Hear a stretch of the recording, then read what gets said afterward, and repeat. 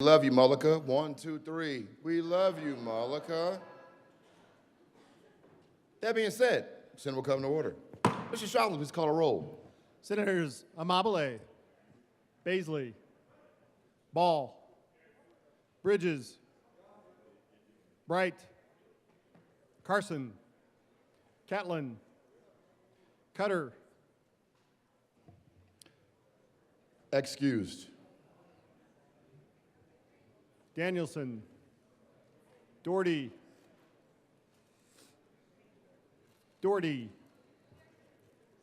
Exum, Frizzell, Gonzalez, Hendrickson, Judah,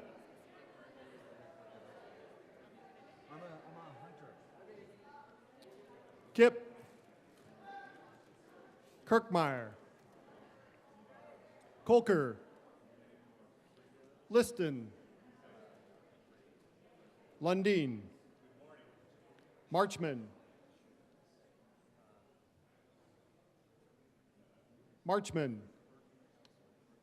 Excused. Michelson Genet, Mullica, Pelton B, Pelton R, Rich, Roberts, Rodriguez, Simpson, Snyder, Sullivan, Wallace, Weissman, Winter, Excused.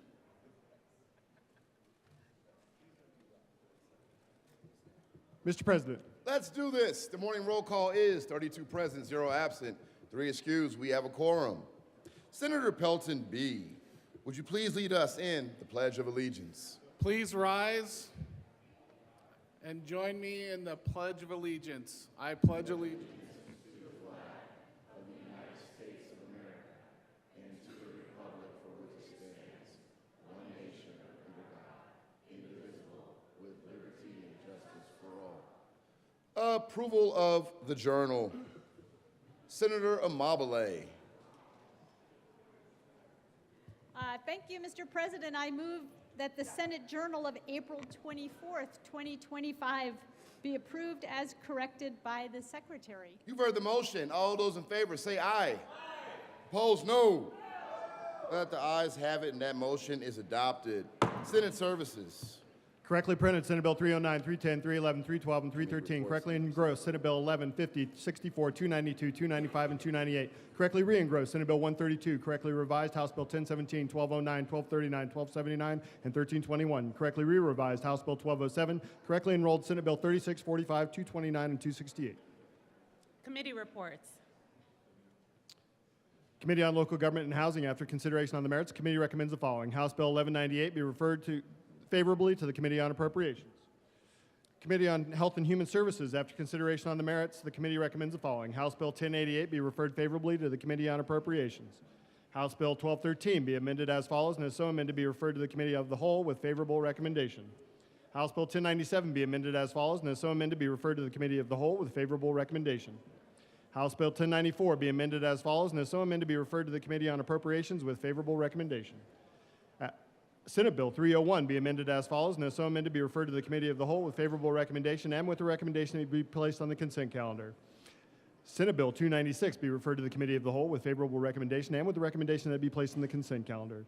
House Bill 1250 be referred to the Committee of the Whole with favorable recommendation.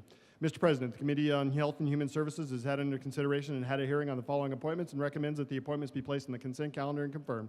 Member of the University of Colorado Hospital Authority Board of Directors, Lynette Crow Iverson from the 5th Congressional District for a term effective June 1st, 2025 and continuing until May 31st, 2029 or until a successor is appointed by the Board of Regents reappointed.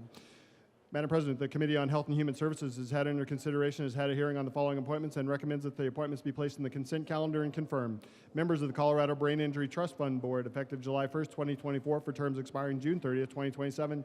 James Graham of Fort Collins, Colorado, reappointed. Jamal Long Soldier of Denver, Colorado, reappointed. Martha Martinez of Pueblo, Colorado, appointed. Madam President, the Committee on Health and Human Services has had under consideration, has had a hearing on the following appointments, and recommends that the appointments be placed on the consent calendar and confirmed.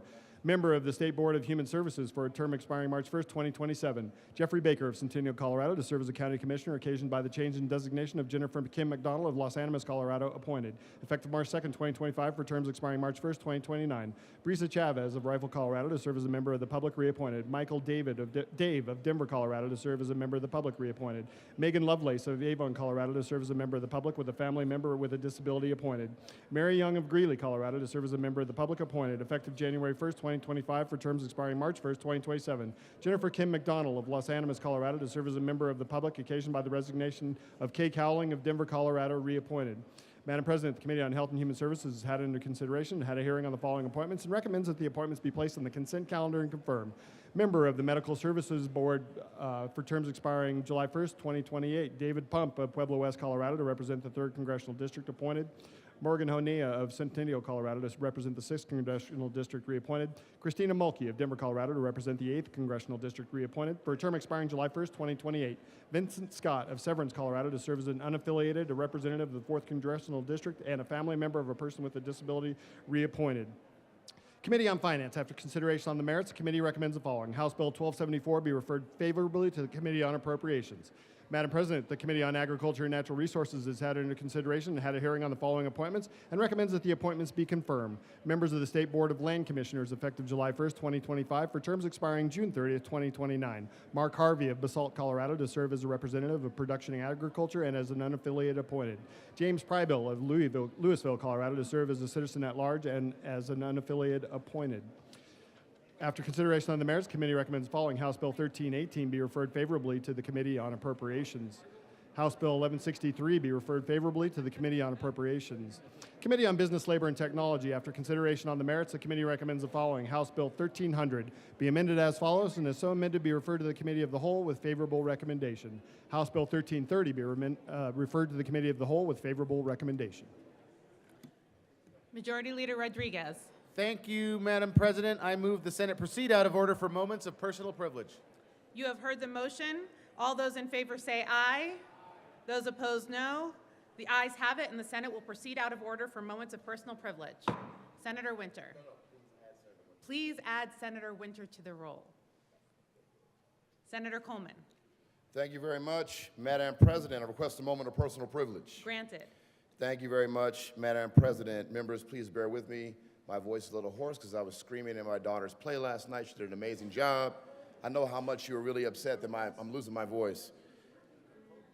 I was not screaming in the Appropriations Committee this morning, Senator Simpson. That is, Senator from Alamosa. On the occasion of her retirement from the Office of Legislative Legal Services, the Colorado General Assembly honors and extends its sincerest appreciation to Kristen Forstall for her 25 years of dedicated service. Throughout her career, Kristen has exemplified the dedication, hard work, and public service to which OLLS strives. Her unflinching ability to provide forthright, thoughtful advice has made her a trusted advisor to legislators and staff alike.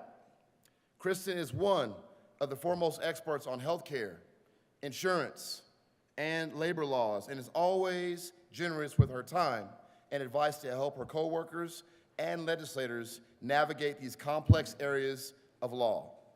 In her many years as a senior attorney and now as an assistant team leader, Kristen has excelled in many leadership roles in the OLLS, including as a new legislator orientation coordinator, chair of the OLLS Staff Liaison Collaborative, Sunset Bill coordinator, professional development coordinator, annual staff conference planner, and lead attorney for the Statutory Revision Committee, as well as a therapist. I'm just joking, that's not in the...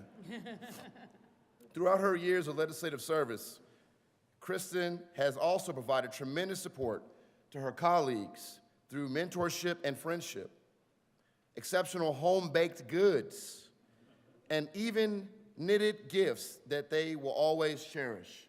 Now, therefore, the members of the House of Representatives and the Senate honor and sincerely thank Kristen Forstall for her many years of invaluable service to the Colorado General Assembly and wish her the best in her future endeavors upon her well-deserved retirement. Given this 25th day of April 2025, State Capitol, Denver, Colorado, from all of us. Please stand and be recognized. Join me in applauding Kristen.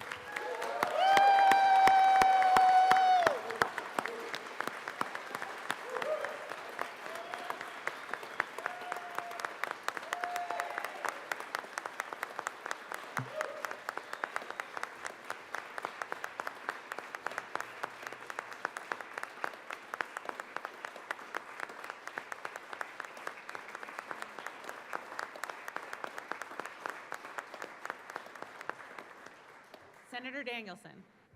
Thank you, Madam President. I ask for a moment of personal privilege. Granted. Thank you, Madam President. Kristen, you don't get to sit down yet. Chris? I want to thank all of the staff who are in the room today to show your support and your caring support for our friend Chris as she departs this building.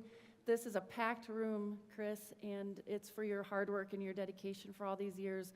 On behalf of my colleagues in the House and Senate, because I've worked with you now for 10 years, I want to highlight just a few of the policies that I think are meaningful to us, and I understand have been meaningful to you as well. And they certainly do mean a lot to the people of the state of Colorado. So over the course, because Mr. President highlighted the kinds of work that she specializes in, having to do with labor law and patient rights and other specialty areas of focus that I also work in. And so I had the privilege to work with Chris for a number of years on some really important policies.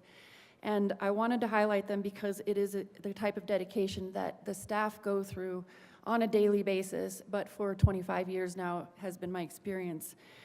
So I think some important things to highlight were our work on patients' rights in hospitals, if you recall that, back in 15. Wage theft was another issue that she focused on, and one of the first bills that I passed with John Cook from Greeley back in 15. She focused on equal pay for equal work, so making sure there was equality in the workforce, doing away with discrimination in the workplace and paycheck discrepancies, including the historic 2019 Equal Pay for Equal Work Act.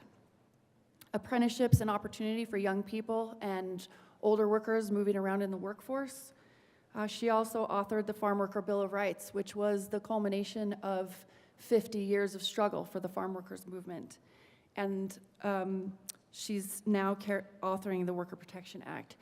I want to highlight that these are really bold policies that are not, as you recall, without opposition. And so with the greatest care and attention to detail and genuine, I just say dedicated hard work and public service, she managed all of the requests that were placed on her. And as everyone knows, a lot of this comes last minute, late at night, over the weekends, asking far too much of her. But the result is a change in the law that protects people and will for generations to come. You should be very proud of your work here. I know that I am. I feel very lucky to have had the opportunity to work with you. And I wish you nothing but the greatest happiness in your retirement with your family and your wonderful beach home. Take care, Chris. Thank you.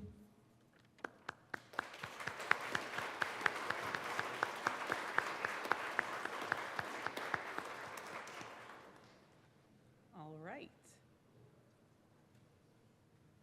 Senator Roberts, Senator Peltonar. Thank you, Madam President. I ask for a moment of personal privilege. Granted. Thank you. Colleagues, today is Sportsmen's Day at the Capitol, and we are very excited to be up here to welcome sportsmen and women from across Colorado are here at the Capitol, both here in the Senate and over in the House, and they are, of course, going to be treating us to a delicious lunch out on the east side of the building starting at 11 a.m. There is a joint resolution that is starting in the House this year, so we won't do a formal resolution right now, but the good senator from Cheyenne Wells and I wanted to take a moment to acknowledge that that resolution is being presented today in the Capitol and talk just briefly about the importance of sportsmen and women in Colorado. These groups are vital to our culture and our conservation efforts as well as our economy. In my district alone, over 31,000 habitat stamps were sold last year. That's 31,000 people who are contributing to wildlife preservation, to land conservation, and to hunting and angling in our state. And in Colorado, in total, 416,000 habitat stamps were sold last year, close to 1 million fishing licenses and 750,000 hunting licenses. Revenue from these licenses support Colorado Parks and Wildlife's efforts on habitat protection, herd management, species reintroduction, and outdoor access. And hunting in Colorado is becoming more popular, despite claims to the contrary. Hunting participation is growing by 1% every year over the last 5 years, and it's because of the efforts of the sportsmen and women community to promote that important and exciting opportunity that we have here in Colorado. Us as a whole, the legislature, we have been working very hard on bipartisan legislation to protect migration corridors, improve outfitter regulations, continuing the wildlife habitat stamp program this year. And I want to thank all of you for helping us promote this important part of our state's culture and economy. Today we welcome, as I mentioned, a group of sportsmen and women to the chamber, and I want to have them, if they could stand and be acknowledged. We have Dan Gates, who's the director of the Coloradans for Responsible Wildlife Management, Tim Emery from Colorado Wildlife Federation, Kyle Vestuba from Backcountry Hunters and Anglers, John Alice, United Houndsmen, Colorado, Aspen Grady from the Rocky Mountain Elk Foundation, Caleb Bell from the Colorado Bow Hunters Association, Adam Welburn from the Rocky Mountain Bighorn Society, John Wickham, Safari Club International, Dan Victoria and his daughter Ava from the Father-Daughter Sports People, and Adam Nelson from the Salida Gun Shop.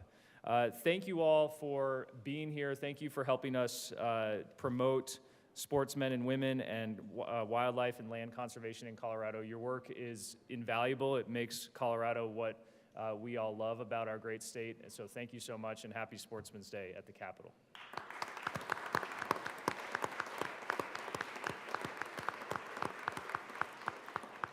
Senator Peltonar. Thank you, Madam President. May I have a moment of personal privilege? Granted. Thank you. Hunting and fishing is a huge part of Colorado. This state is perfect for this industry. In my district, out on the eastern plains in southeast Colorado, over 18,000 stamps were sold. So that shows there's even a lot of activity out on the plains to do with this industry, and everybody in this building looks forward to today. When you guys come and you feed us a meal, it's always great. I had a beautiful 70-degree day with no wind ordered. Somewhere it got lost, but we will deal with it like Mr. Gates told me earlier. He said, this is good hunting weather, so thanks for being here today. All right. Senator Coleman. Thank you very much, Madam President. I request, surprisingly, another moment of personal privilege. Granted. That's crazy. I would ask that the 799th of the year. Individuals who happen to represent Denver in the Senate come and join me, including the amazing majority leader from Denver. Where's the amazing majority leader? Oh. The Senate of the Colorado Legislature convening the first regular session of the 75th General Assembly hereby extends its heartiest congratulations and commendation to the Denver Young Democrats over here to our right, your left. On this day, we honor the unwavering commitment of the Denver Young Democrats to justice, equity, and the enduring fight for a more inclusive and participatory democracy. Through decades of grassroots organizing, community activation, and leadership development, the Denver Democrats have inspired generations to stand up, speak out, and vote for progress. DYD's mission to inspire, educate, and advocate reflects a deep belief in the power of people working together to build a better future. From efforts at Union Station to the Denver Pavilions, every neighborhood in Denver has been touched by the party's efforts to create a city where fairness, opportunity, and dignity are not aspirations but realities. DYD champions the rights of all people, regardless of race, gender identity, economic status, or background, to be treated with respect and protected under the law. They have taken bold stands to protect voting rights, workers' rights, civil liberties, and the environment, recognizing that our democracy must reflect the voices of all who call Denver home. Today, we honor not just a political institution, but a living legacy of activism, empathy, and vision. we recommit ourselves to the values of justice, inclusion, and hope of what DYD represents, and we celebrate the people powering this mission forward. On request of all of us, members, please join me in welcoming the Denver Young Democrats.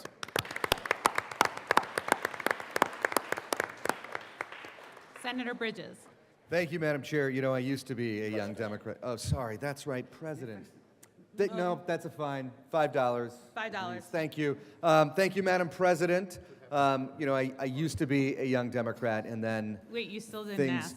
No, may I have a moment of personal privilege? Granted. Is that another 5? No. I just don't do this every day like the other president does. Yeah, there we go.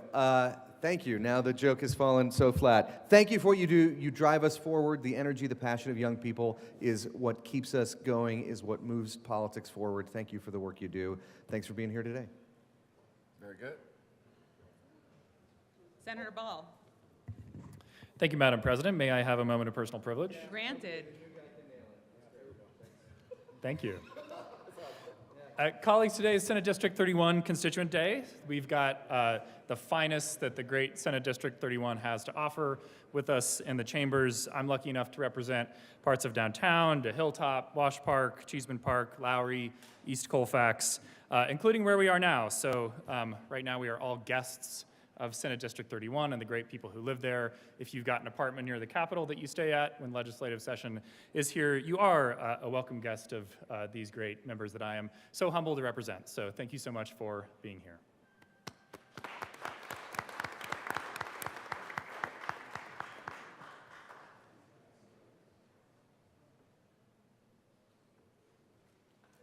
Senator Carson. Madam Speaker, I ask for a moment of personal privilege. We'll go with President, but I'll grant you the moment of personal privilege. Thank you. Tomorrow in Rome, the leaders of the world and the faithful will gather to remember the life of Pope Francis. And as a Catholic, I want to thank the governor for recognizing his life and lowering our flags to half-mast.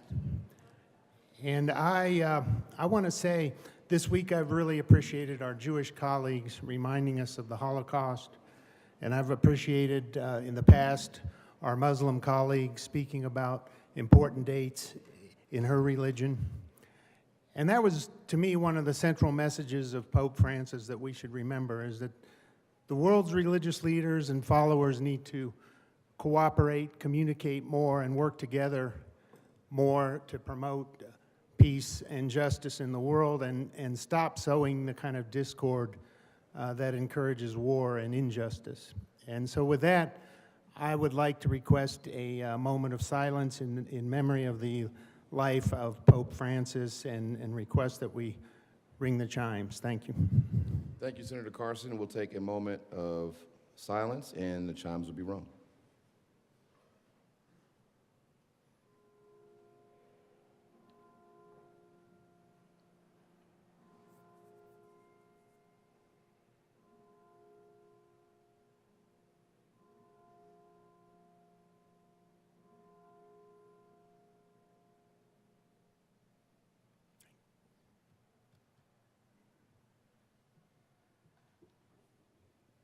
Seeing no further moments of personal privilege, Majority Leader Rodriguez. Thank you, Mr. President. I move the Senate proceed out of order for consideration of governor's vetoes. The motion is to proceed out of order for consideration of governor's vetoes. All those in favor say aye. Aye. Opposed, no. The ayes have it, and that motion is adopted. We proceed out of order. Before we move forward, please add Senators Cutter and Marchman to the roll. Consideration of governor's vetoes. Mr. Schaffler, please read the title to Senate Bill 77.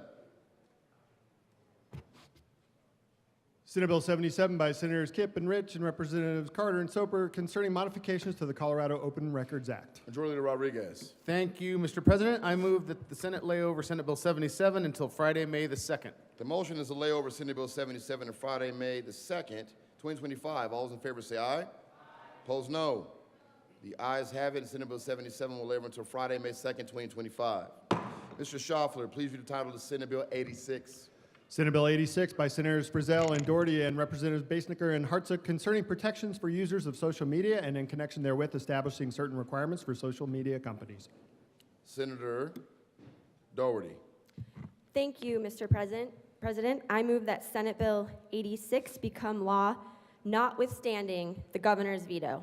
Senator Doherty, please explain reasons for veto override. I rise today to urge you all to override the governor's veto of Senate Bill 86 because this bill is about one thing above all: protecting our kids. Under this bill, social media companies would be required to remove users who are using these platforms to sell drugs, alcohol, guns, and sexually exploiting children. Let me repeat that. This bill gives us the tools to help remove predators and traffickers from using social media to harm our kids. This is not about censorship. It's not about speech. It's about standing up for the safety and dignity of our youngest and most vulnerable. Senate Bill 86 holds platforms accountable to the bare minimum we should expect in society, demanding they take real action to keep children safe. That's not overreach, that's common sense. If we fail to act, if we let this veto stand, we are choosing to protect the business interests of billion-dollar tech companies over the safety of Colorado kids. That's a choice I refuse to make. I urge a yes vote to override this veto and send a clear message. When it comes to our children, Colorado does not compromise. Thank you. Further discussion, Senator Frizzell. Thank you, Mr. President. I join my co-prime sponsor in urging a yes vote on this override. We've seen so much misinformation about this bill. It's truly disheartening. There have been efforts to scare people and give cover to the people who just want to keep status quo. And that's not okay, because we have families who have lost children, brothers, sisters. We have people whose lives have been forever, ever damaged through sextortion and sex trafficking. I think it's time that we dig deep,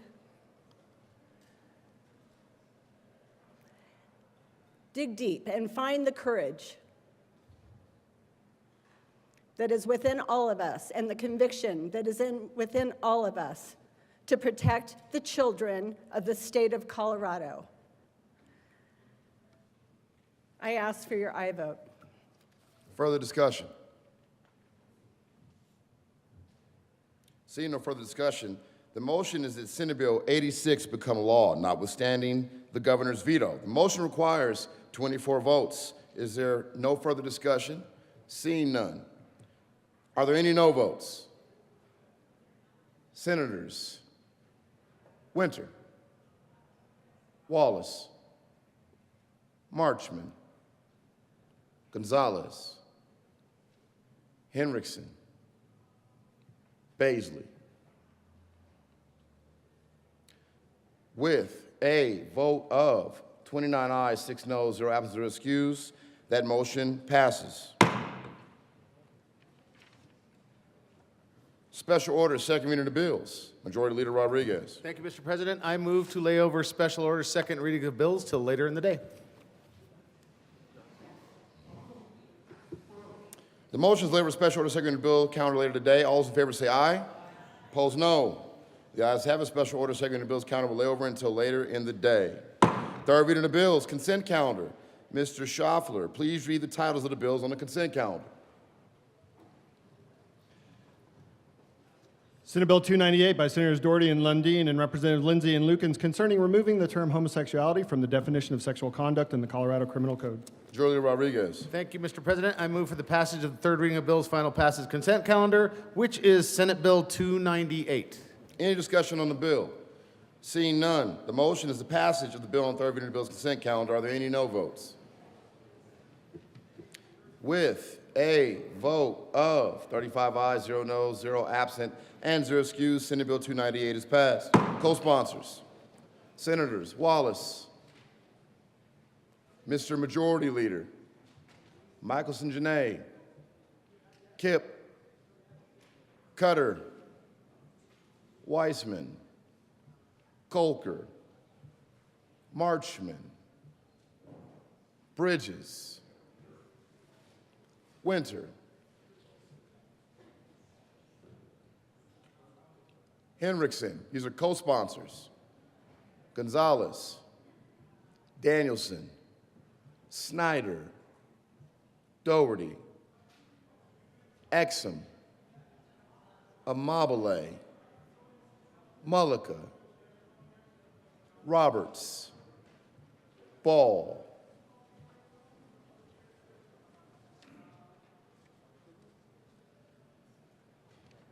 third reading of bills, final passage. Mr. Schaffler, please read the title to House Bill 1004.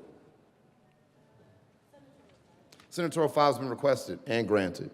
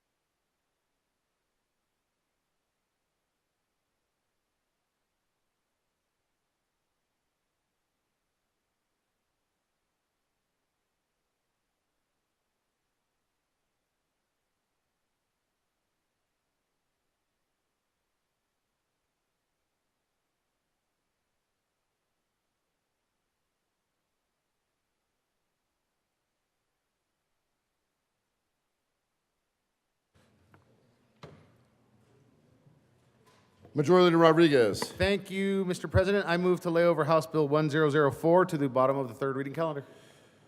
The motion is lay over House Bill 1004 to the bottom of the third reading calendar. All those in favor say aye. Aye. Opposed, no. The ayes have it, and House Bill 1004 will lay over to the bottom of the third reading calendar. Mr. Schaffler, please read the title of Senate Bill 11. Senate Bill 11 by Senators Doherty and Simpson and Representatives Weinberg and Brown concerning the use of artificial intelligence-enabled detection components to mitigate wildfires. Senator Simpson. Thank you, Mr. President. I move Senate Bill 11 on third reading and final passage and ask for an aye vote. Further discussion? Seeing none, the motion is the passage of Senate Bill 11. Are there any no votes? Senators Marchman, Sullivan, Rich, Pelton R., Carson. With a vote of 30 ayes, 5 noes, 0 absent, 0 excused, House Bill 1004 is passed. I'm sorry, Senate Bill 11. We were on Senate Bill 11, Mr. Schaffler. We laid over 1004. Senator 5.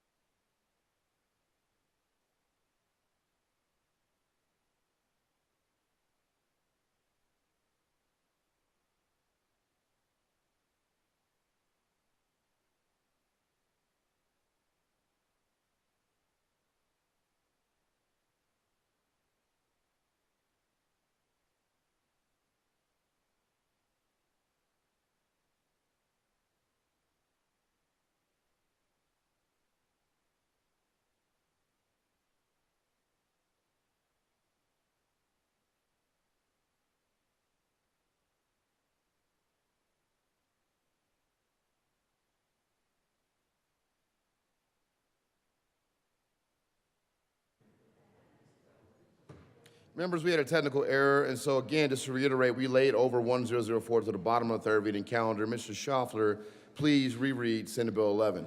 Senate Bill 11 by Senators Doherty and Simpson and Representatives Weinberg and Brown concerning the use of artificial intelligence-enabled detection components to mitigate wildfires. Senator Simpson. Thank you, Mr. President. I move Senate Bill 11 on third reading and final passage and ask for an aye vote. All right, now, seeing no further discussion, the motion is the passage of Senate Bill 11. Are there any no votes again on Senate Bill 11? Senator Sullivan, Marchman, Kirkmeyer, Rich, Mr. Minority Leader, Frizzell, Pelton B, Carson, Pelton R. Again, no votes on Senate Bill 11, just making sure we didn't miss anybody from the first time.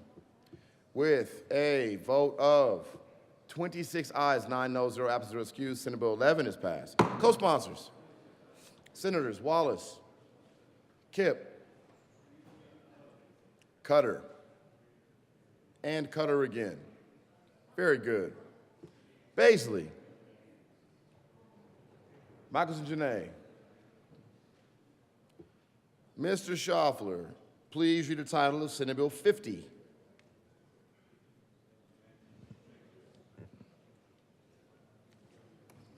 Senate Bill 50 by Senator Judah and Representative Zakai concerning a requirement that a government form that requests disclosure of the race or ethnicity of the individual completing the form include a space to indicate that the individual's race or ethnicity is Middle Eastern, North African, or South Asian. Senator Judah. Thank you, Mr. President. I move SB 2550 on third reading and final passage. Further discussion. There's discussion. Senator Judah. Thank you, Mr. President. Colleagues, I rise today not just as a legislator, but as the daughter of Palestinian immigrants and refugees. As someone who, for the most part of my life, had to check a box that did not reflect who I am, who had to choose between white or other, knowing that neither told the truth of where my heritage comes from. Members of my community I represent, or the people that fight every single day in this chamber. All the people who share my feelings of not being seen, whether from the Middle East, North Africa, or otherwise. SB 50 is more than just government forms. It is about finally being seen.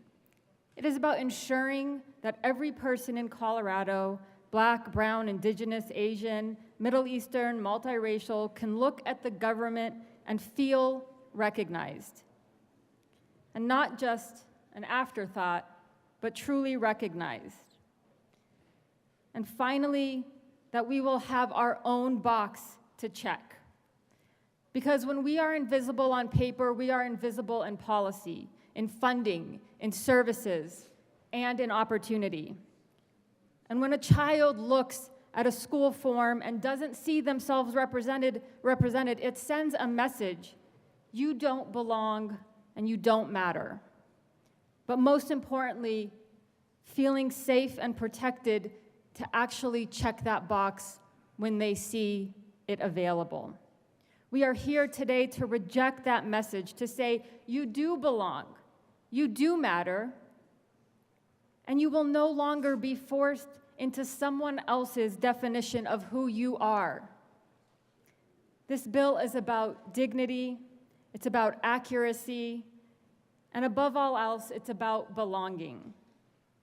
I urge a yes vote for House Bill 50, not just for the communities who've waited too long to be counted, but for the future we claim to be building, one that is honest, inclusive, and just. And I would be remiss if I did not thank my counterpart in the House, the other member of the Middle East, North Africa, and South Asian Caucus, for making this a priority for us and for asking us and asking you to join us in being seen. Again, I renew my motion for an aye vote. Thank you. Seeing no further discussion, the motion is the passage of Senate Bill 50. Are there any no votes? Senators, Mr. Minority Leader, Frizzell, Rich, Kirkmeyer, Baisley, Liston, Pelton R, Catlin, Carson, Bright, Simpson, Pelton B.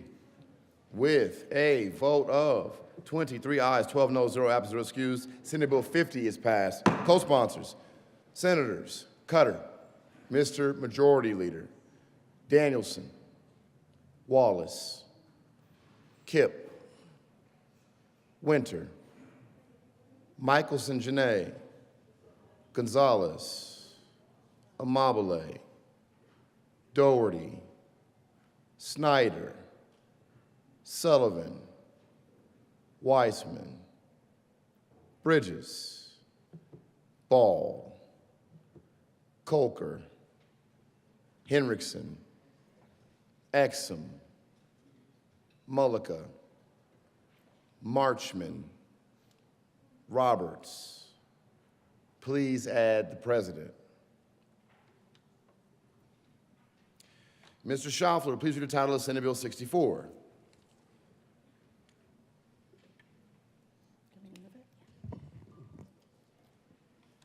Senate Bill 64 by Senators Marchman and Frizzell and Representative Clifford concerning notifying a school when a student has experienced a traumatic event. Senator Frizzell. Thank you, Mr. President. I move Senate Bill 64 on third reading and final passage and ask for an aye vote. Further discussion. Seeing none, the motion is the passage of Senate Bill 64. Are there any no votes? Senators Rich,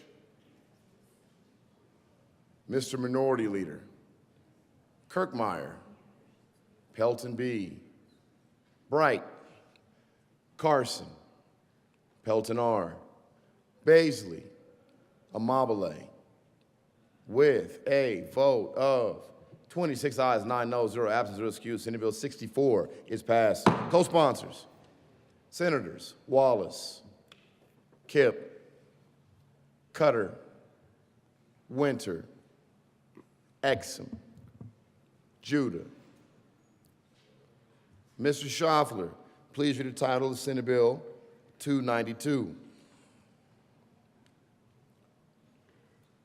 Senate Bill 292 by Senators Amabile and Bridges and Representatives Sirota and Taggart concerning the creation of the Workforce Capacity Center. Senator Bridges. Thank you, Mr. President. I move for the passage of Senate Bill 292. Further discussion. Seeing none, the motion is the passage of Senate Bill 292. Are there any no votes? Senators Rich, Mr. Minority Leader, They are, but Liston, Baisley, Pelton R, Carson, Bright, Frizzell, Simpson, Pelton B, with a vote of 25 ayes, 10 noes, 0 absent, 0 excused, Senate Bill 292 is passed. Co-sponsors, Senators Michelson Janae, Winter, Judah, Cutter. Mr. Schaffler, please read the title of Senate Bill 295. Senate Bill 295 by Senators Amabile and Bridges and Representatives Byrd and Sirota concerning transferring money received through the firearms and ammunition excise tax into the mental and behavioral health excise tax cash fund and in connection therewith making and reducing an appropriation. Senator Amabile. Thank you, Mr. President. I move Senate Bill 295 on third reading and final passage. There is further discussion. Senator Kirkmeyer. Thank you, Mr. President. I just want to make a comment on this, mostly for my side of the aisle. This is a JBC bill. I understand that maybe we all didn't like, or folks didn't like the firearm and ammunition excise tax, Proposition KK, and you voted against it. Or maybe your community voted against it. The reality is this, it got passed. There are things that get passed that we don't like. There are things that get passed that we do like. In this case, all this bill is doing is following the law that was passed by the voters, majority of the voters, that says we have to transfer $8 million into a fund to be used for behavioral and mental health. That's all this bill's doing. Just want to point that out to you all. This is not about the actual Proposition KK. This is us following the will of the voters and doing what they voted on, the majority. Just want to let you all know. Further discussion. Seeing none, the motion is the passage of Senate Bill 295. Are there any no votes? After that impassioned speech, Senators Rich, Pelton B, man, you're going to be in trouble. Bright, Carson, Pelton R, Liston, don't look over there, Baisley, Baisley. With a vote of 28 ayes, 7 noes, 0 absent, 0 excused, Senate Bill 295 is passed. Co-sponsors, Senators Wallace, Winter, Michelson Janae, Judah, Ball, Cutter, Sullivan, Snyder, Exum. Mr. Schaffler, please read the title. House Bill 1017.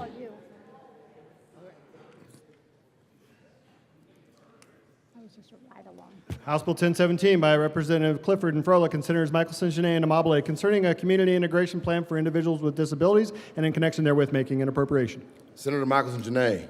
Thank you, Mr. President. I move House Bill 1017 on third reading and final passage. Discussion. Seeing none. The motion is the passage of House Bill 1017. Are there any no votes? Senators Rich, Liston, Pelton B. With a vote of 32 ayes, 3 noes, 0 absent, 0 excused, House Bill 1017 is passed. Co-sponsors, Senators, Mr. Majority Leader Wallace, Cutter, Kipp, Winter, Judah, Danielson, Doherty, Gonzalez, Snyder, Exum, Coker, Ball, Weissman.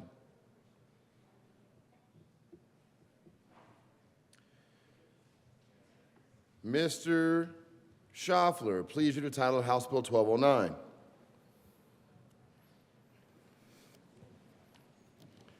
House Bill 1209 by Representatives Lindstedt and Wilford and Senators Gonzalez and Rodriguez concerning measures to address efficiency in the regulation of marijuana licensees and in connection therewith reducing an appropriation.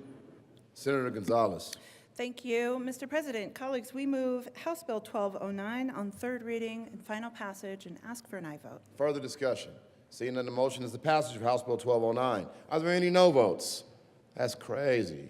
Senators Amabile, Frizzell, Rich, Mullica, Simpson, Baisley, Carson, Catlin, Bright, Coker.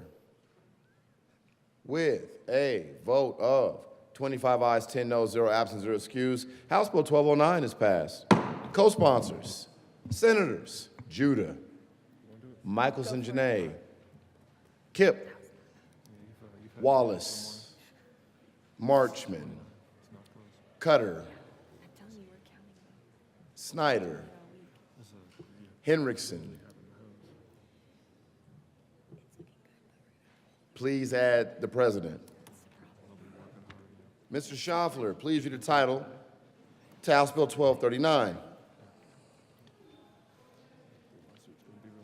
House Bill 1239 by Representatives Zakai and Basnicker and Senators Doherty and Weissman concerning modification of remedy provisions in the Colorado Anti-Discrimination Act and in connection therewith reorganizing and expanding the provisions for damages in a civil action for certain discriminatory or unfair practices and making an appropriation. Senator Wiseman.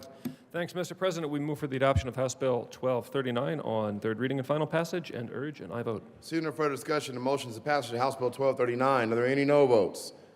Senators, Mr. Minority Leader Frizzell, Rich, Pelton B., Bright, Carson, Pelton R., Liston, Baisley, Catlin, Simpson, Kirkmeyer, with a vote of 23 ayes, 12 noes, 0 absent, 0 excused, House Bill 1239 is passed. Co-sponsors, Senators Amabile, Michelson Janae, Kipp, Winter, Judah, Wallace, Cutter, Exum, Henriksen, Gonzalez, Ball. Mr. Schaffler, please read the title. House Bill 1279.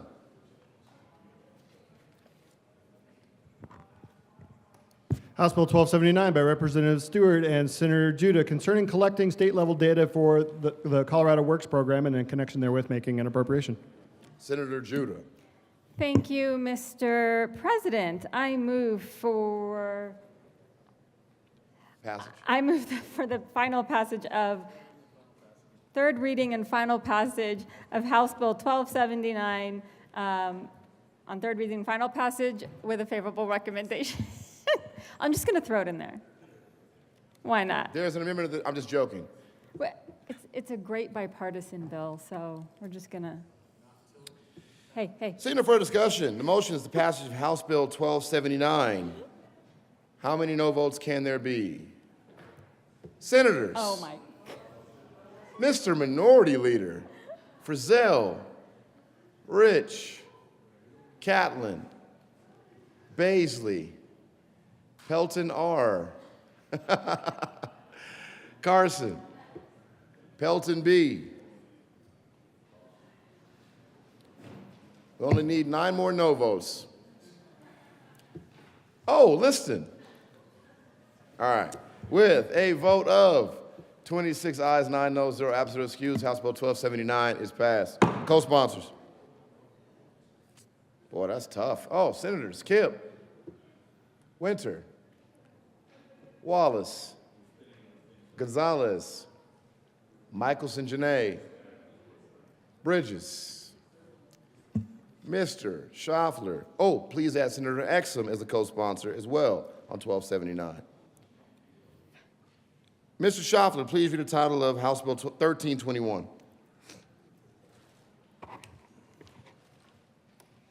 House Bill 1321 by Representatives McCluskey and Byrd and Senators Bridges and Amabile concerning use of the Infrastructure Investment and Jobs Act cash fund to support the state's defense against adverse federal action and in connection therewith making an appropriation. Senator Amabile. Thank you, Mr. President. I move House Bill 251321 on third reading and final passage and ask for a yes vote. Seeing no further discussion, the motion is the passage of House Bill 1321. Are there any no votes? Senators, Mr. Minority Leader, wow. Kirkmeyer, why is everybody's hands up twice? Praising the Lord. Frizzell, Rich, Liston, Carson, Simpson, yes. Pelton R, Baisley, Catlin, Bright, Pelton B. With a vote of 23 ayes, 12 noes, 0 absent, 0 excused, House Bill 1321 is passed. Co-sponsors, Senators Wallace, Michelson Janae, Kip, Weissman, Cutter, Judah, Gonzalez, Ball, Exum, Mr. Oh, please add Senator Winter as well. Mr. Schaffler, please read the title of, Mr. Majority Leader. Thank you, Mr. President. I move to lay over House Bill 1004 until Monday, April the 28th. The motion is to lay over House Bill 1321 to Monday, April the... 10004. I'm sorry, 10004 to Monday, April... Monday the 28th. Monday the 28th. Monday, April the 28th. There we go. Monday, April 28th. All those in favor say aye. Aye. Opposed, no. The ayes have it, and 1004 will lay over to Monday, April the 28th. Committee reports.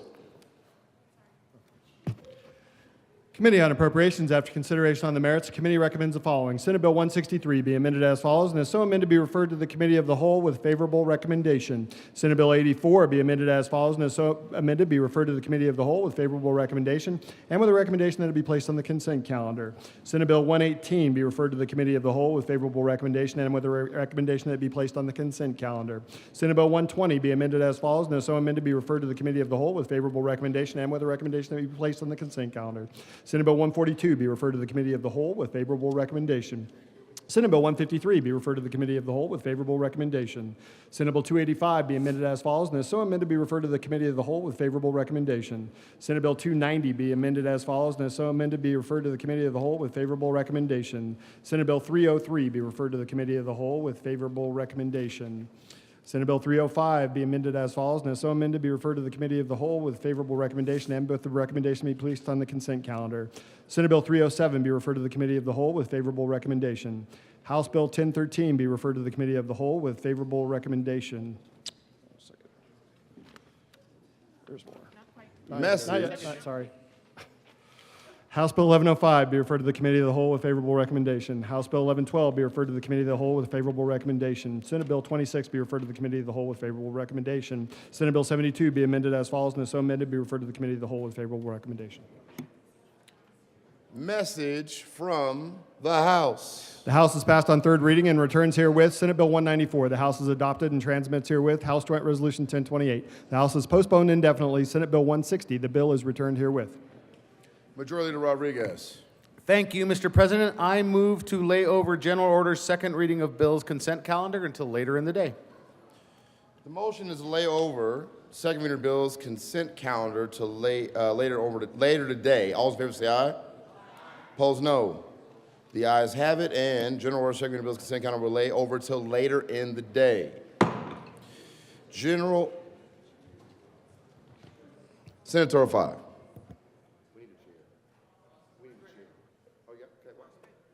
General Orders, second reading of bills. Senator Weissman. Thank you, Mr. President. I move the Senate resolve itself into the Committee of the Whole for the consideration of general orders, second reading of bills. You've heard the motion. All those in favor say aye.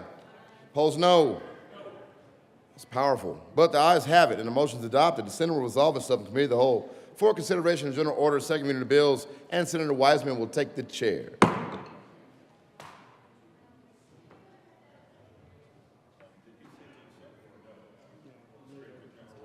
Yeah, we laid it over. Good job. We ready down there? Okay. Thank you. Committee will come to order. Court rule is relaxed for everyone in the chamber. Mr. Schaffler, please read the title to House Bill 1225. House Bill 1225 by Representatives Woodrow and Velasco and Senator Hendrickson, concerning the creation of the Freedom from Intimidation in Elections Act to prohibit an individual from intimidating, threatening, or coercing any individual for engaging in certain election-related activities. Senator Hendrickson. Thank you, Mr. Chair. I move House Bill 1225. There is no committee report. To the bill. Thank you, Mr. Chair. House Bill 1225 comes from the unfortunate and disheartening trend where we're seeing increased intimidation against election workers and against voters. We have for time had in criminal statute protections for redress when there is intimidation or threats that run against the grain of our free and fair elections. But we have lacked adequate civil remedies for those who are victims of said intimidations or threats. House Bill 1225 looks to fix that deficiency. There has been in communications some questions about how to get right language. We want to ensure there's an element of this bill that applies to a facet of intimidation, which is the presence of a displayed firearm, open carrying of a firearm, during the act of intimidation or threat. And we want to be careful to ensure that this does not pertain to a security guard or a law enforcement officer in the performance of their duties. There has not been consensus on whether we had gotten that right. There is now consensus on that, and that consensus comes in the form of an amendment. There is an amendment at the desk. Mr. Schaffler, please read L16. Amendment L16, amending gross bill page 6, line 24, strikes section except that, and substitute section accordingly. A plaintiff must allege more than such a law enforcement officer's or uniformed security guard's possession of a holstered firearm to state a claim under this section except that. Senator Henriksen. Thank you, Mr. Chair. I move L16. To the amendment. So L16 says that a security guard or law enforcement officer's possession of an open carried firearm while they are engaged with a election official or a voter is not intimidation. There has to be an act outside of that beyond the scope of their duties that is in fact the intimidating act, is the threatening act for this to apply. And I ask for an aye vote on L16. To the amendment, Senator Pelton. Thank you, Mr. Chair. I appreciate the amendment. I still don't like the bill, but I appreciate the amendment. The only thing that it's missing on the amendment is that says that anybody in rural Colorado that is protecting livestock who has canvas or who is dealing with somebody who's canvassing should be also under this same amendment, because there's a lot of open carry in rural Colorado, especially if you are protecting your livestock, and you run into people canvassing all the time when you're driving up and down the road, or if you're even just walking by your fence line and somebody wants to come by and say, hey, we'd like you to vote for so-and-so. That should be added in here too, not just law enforcement, not just security guards. That's what this amendment is missing. Seeing no further discussion, Minority Leader Lundin. Thank you very much. I rise to discuss Amendment 6.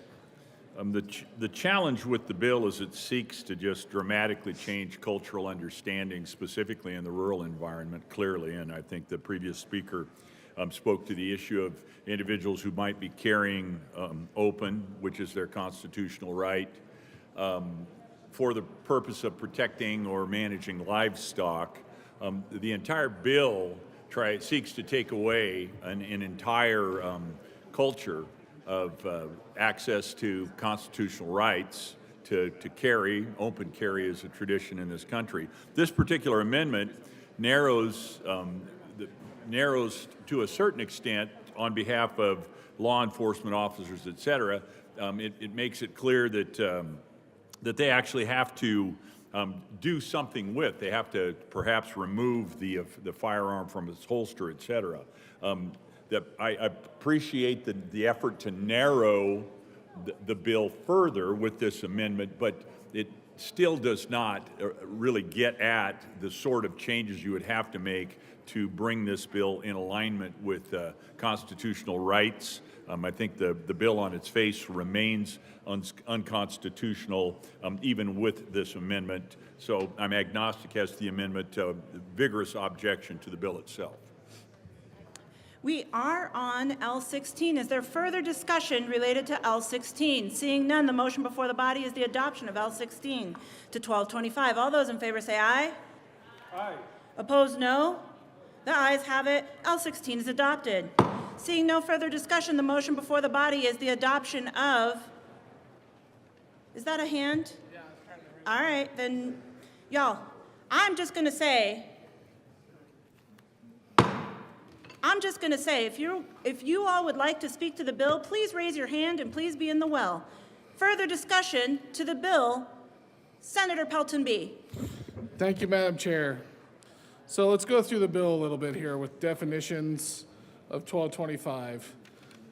When it says intimidation of a firearm means to object or device reasonably capable of being mistaken for a firearm or a weapon that uses compressed air or another gas or fire projectile. So think about that with a BB gun. If you're out there with a BB gun and you're taking care of some things that might be in your feed stack out there that you're trying to take care of to make sure that your feed doesn't get fed to nature, and that you're trying to use it to what you need to be using it for. And somebody comes up and says, hey, I want you to vote for so-and-so, and they feel intimidated because you have a BB gun. Because canvassing is in this bill. it talks about canvassing on it starts on page 5 where it says election-related intimidation prohibited. And on page 6, line 3, exercising any powers or duties to administer elections, including vote counting, canvassing, and election certification pursuant to the Uniform Election Code of 1992. Canvassing. So if somebody comes to your house, walks on your property, and they feel threatened because you're carrying a firearm or even a BB gun, think about that for 1 second. Think about the infringement on not only on the Second Amendment, but also on your Fourth Amendment with, or not even Fourth Amendment, but just your private property rights. Private property rights are going to be infringed upon with that. Canvassing. So if they walk on your property, they weren't asked, they just came on. They didn't ask permission to come on, they just came on and was walking door to door to your property. Think about it, in rural Colorado, you know, we may have sidewalks, but the sidewalks maybe start at the dirt road and walk and go up to the house. It's not like we have curb and gutter where we live. If they walk on your property, that is your property. So canvassing, the part of canvassing, I mean, this bill's pretty egregious for that, for more than that, but canvassing is enough to be able to force somebody to say, wow, I was intimidated because he was open carrying a firearm. Or open carrying your BB gun that you're taking care of animals. So I mean, if you want to prevent election intimidation, adding canvassing in this bill is not the way to do it. We are crossing the private property lines and what people can do on private property. And it's just invasion on your rights on 2 separate occasions. I just asked for a no vote on 1225. Senator Henriksen. Thank you, Madam Chair. So going back to what my good colleague brought up in the bill, the aforementioned section, I'm going to read verbatim. Exercising any powers or duties to administer elections, including vote counting, canvassing, and election certification pursuant to the Uniform Election Code of 1992. If we go to that section of statute, what we're talking about with canvassing is the activities of an election canvassing board and the members of that canvassing board. We're not talking about the door-to-door canvassing that we do during our campaigns in shoes much comfier than what we are wearing on the floor today. We're talking about the actions of the canvass board. Seeing no further discussion, the motion before the body is the adoption of House Bill 1225. All those in favor say aye. Opposed, no. The ayes have it. 1225 is adopted. Mr. Schaffler, will you please read 1096? House Bill 1096 by Representatives Smith and Brown and Senators Ball and Kipp concerning automated permitting for residential clean energy technology projects. Senator Ball. Thank you, Madam Chair. I move House Bill 1096. Seeing no discussion, the motion before the body is the adoption of 1096. All those in favor say aye. Aye. Seeing all those opposed say no. The ayes have it. 1096 is adopted. Majority Leader Rodriguez. Thank you, Madam Chair. I move to lay over Senate Bill 288 until Monday, April the 28th. The motion before the body is to lay over Senate Bill 25288 to Monday, 4/28. All those in favor say aye. Opposed, no. The ayes have it. That bill will lay over to Monday. Mr. Schaffler, will you please read the title to House Bill 1314? House Bill 1314 by Representatives Lindstedt and Sirota and Senator Kipp concerning peace officer status for certain Department of Revenue employees. Senator Kipp. Thank you, Madam Chair. I move HB 251314. Is there any discussion? Seeing none, the motion before the body is the adoption of House Bill 1314. All those in favor say aye. Aye. Opposed, no. The ayes have it. 1314 is adopted. Mr. Schaffler, will you please read the title to House Bill 1069? House Bill 1069 by Representatives Luck and Hamrick and Senator Baisley concerning increasing stakeholder participation in the lawmaking process through the yearly publishing of bills. Majority Leader Rodriguez. Senatorial, oh, never mind.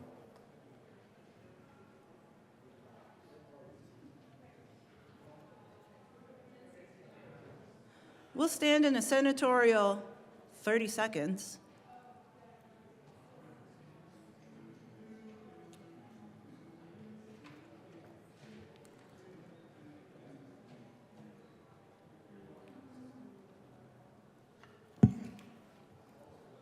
Whenever you're ready. Okay, I can start. Senator Baisley. Thank you, Madam Chair. Members, House Bill 1069 is, would put together a new process that would invite the public to see what we're doing in developing bills for introduction in the subsequent session. So this would create a website that would be maintained by OLS that would publish on time frames of 90, 60, and 30 days updates of the bills that we are considering so that we can solicit input from the public, from subject matter experts and the like. And it is not prescriptive. You don't have to. It's just another tool, another avenue for transparency and communication and invitation for involvement by the public. It may even serve to streamline the committee hearings because the public will have chimed in ahead of time rather than just during the committee. So I appreciate your yes vote on 1069. Would you like to move the bill? Senator Ball. Thank you, Madam Chair. I move House Bill 251069. Excellent. Any further discussion? Seeing none, the motion before the body is the adoption of. Good job. Division has been requested. Wow. On a second.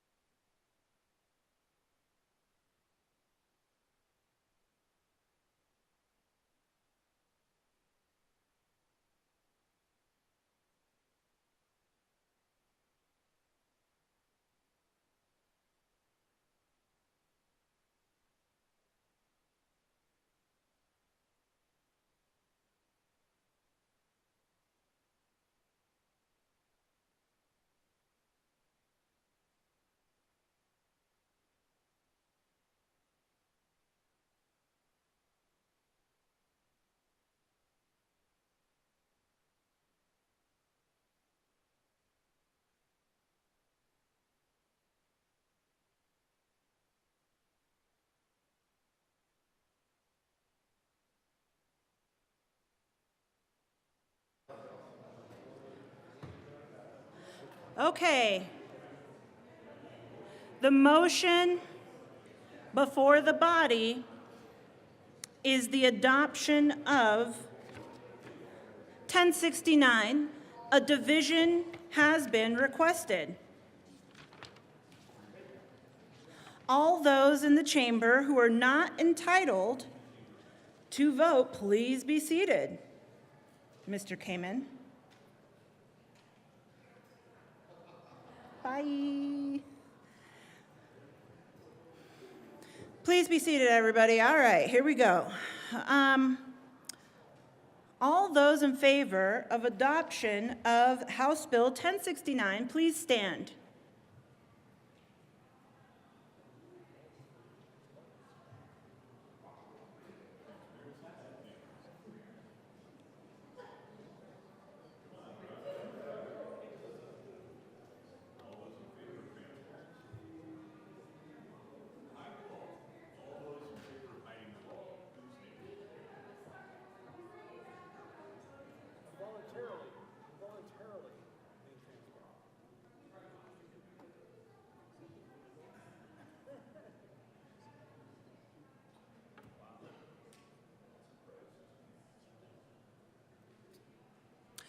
Cool. Please be seated. All those opposed to the adoption of 1069, please stand.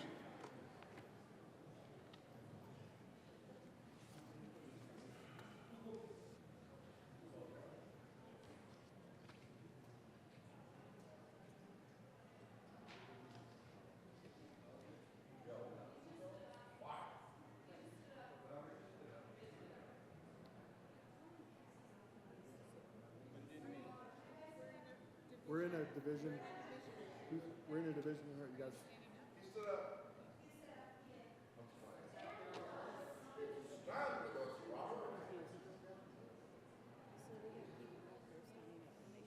People's. Who's this guy standing here?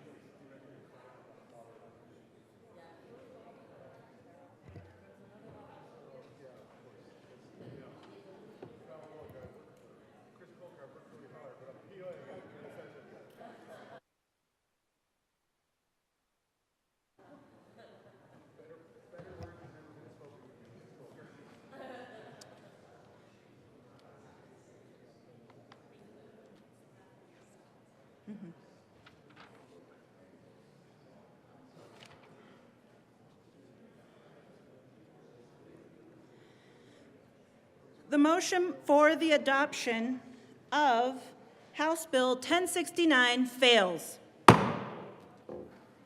Mr. Schaffler, will you please read the title to House Bill 1195?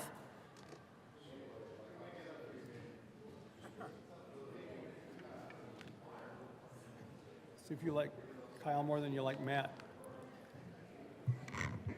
House Bill 1195 by Representatives Johnson and Martinez and Senator Mullica and Baisley, concerning the ability of a first responder or the spouse of a first responder to request that the address in their voter registration records maintained by the county clerk and recorder or the Secretary of State be kept confidential. Senator Mullica. Thank you, Madam Chair. I think I'm going to move this bill.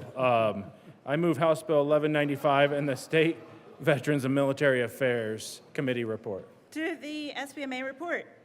In State Veteran Military Affairs, we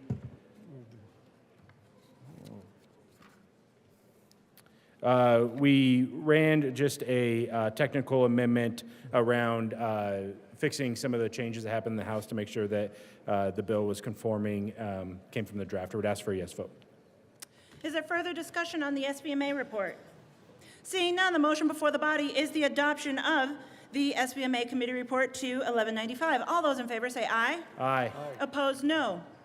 The ayes have it, and that committee report is adopted.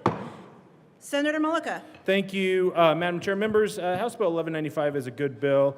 This gives the opportunity for first responders to have their address hidden in the voter database in case they have some sort of threats or they feel unsafe. It's a bill that came from first responders and they're asking for it. I think it's a reasonable request, and it's something that I think that when we hear from them, we should react, and I would ask for a yes vote. Seeing no further discussion, the motion before the body is the adoption of House Bill 1195. All those in favor say aye. Aye. Opposed, no. The ayes have it. 1195 is adopted. Mr. Schaffler, will you please read the title to House Bill 1130? House Bill 1130 by Representatives Carter and Duran and Senator Danielson, concerning labor requirements for certain construction projects. Senator Danielson. Thank you, Madam Chair. I move House Bill 1130 on second reading. Is there any discussion? Seeing none, there is discussion. Senator Pelton B. Thank you, Madam Chair. I would just was waiting for my good friend senator from Montrose to come down here to help me out. So I asked for a no vote on House Bill 1130.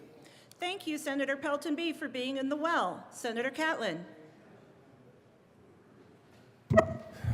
Thank you, Madam Chair.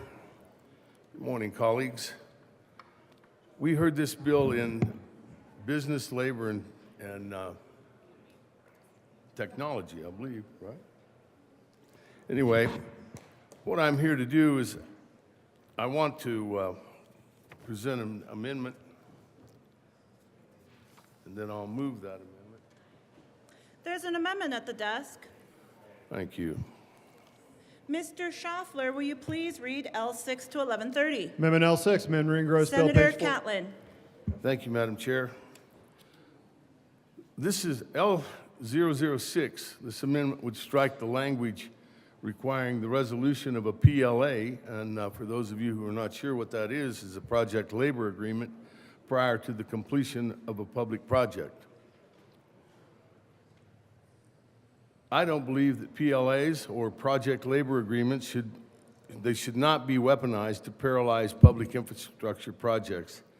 If this provision is kept within the bill, the progress of public projects across the state would be sabotaged by the interest of labor, big labor.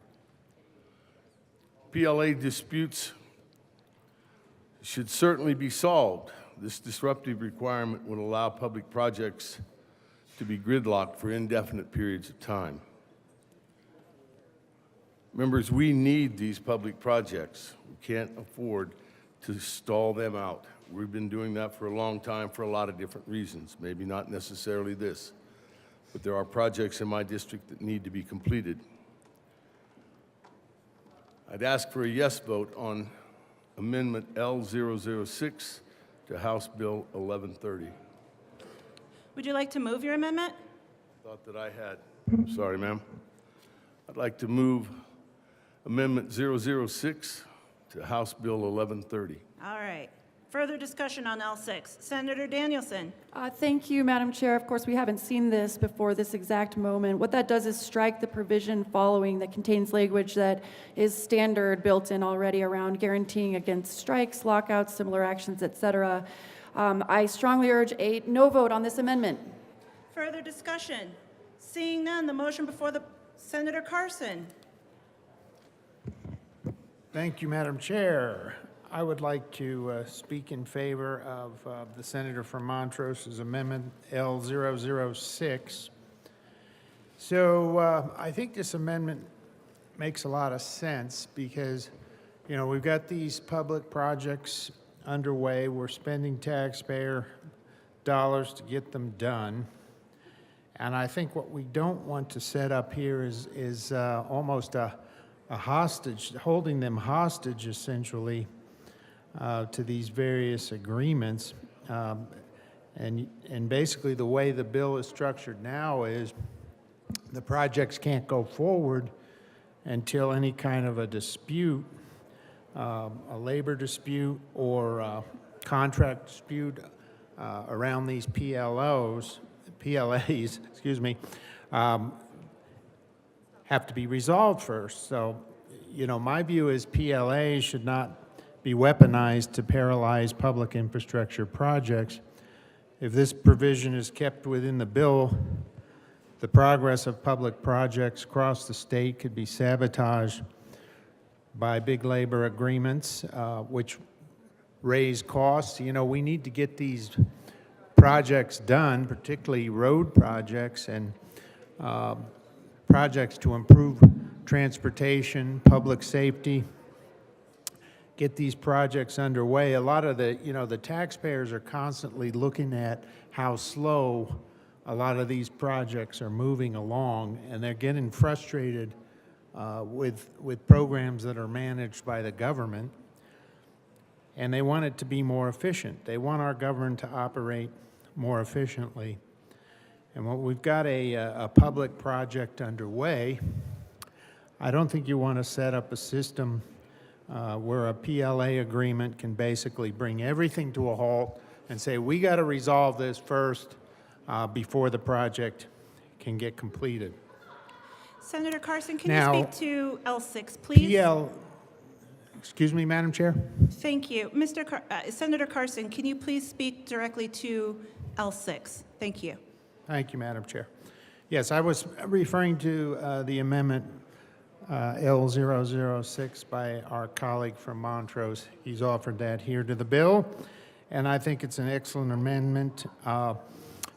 You know, we certainly want to make sure that these PLA disputes are solved, but having a disruptive requirement in the bill that basically says you got to resolve them before we can finish the project up on behalf of the taxpayers, that's just going to set up a gridlock situation.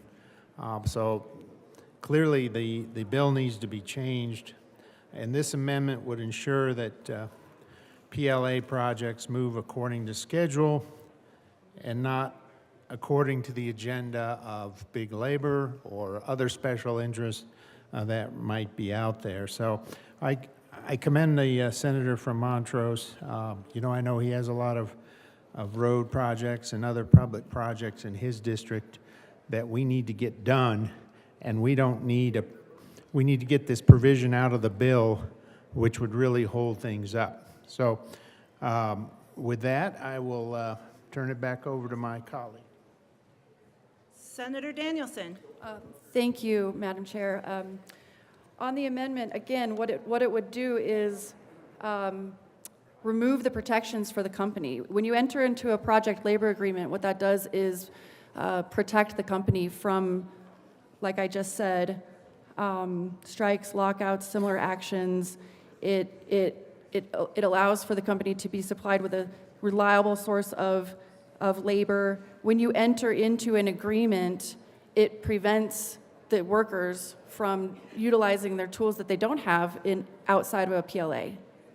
So this would actually cost everybody a lot of money. And I urge a no vote on this amendment.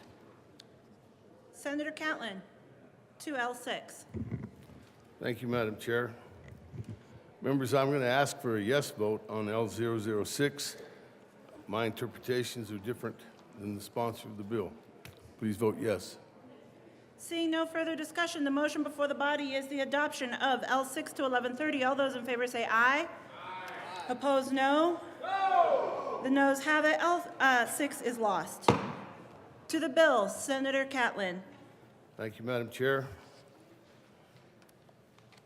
Let me get squared away here.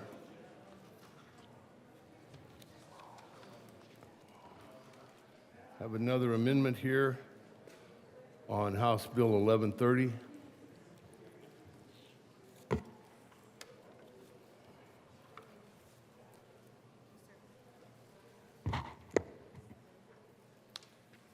There's an amendment at the desk. Mr. Schaffler, will you please read L7 to 1130? Amendment L7, amend re-engross bill. Senator Catlin. Thank you, Madam Chair.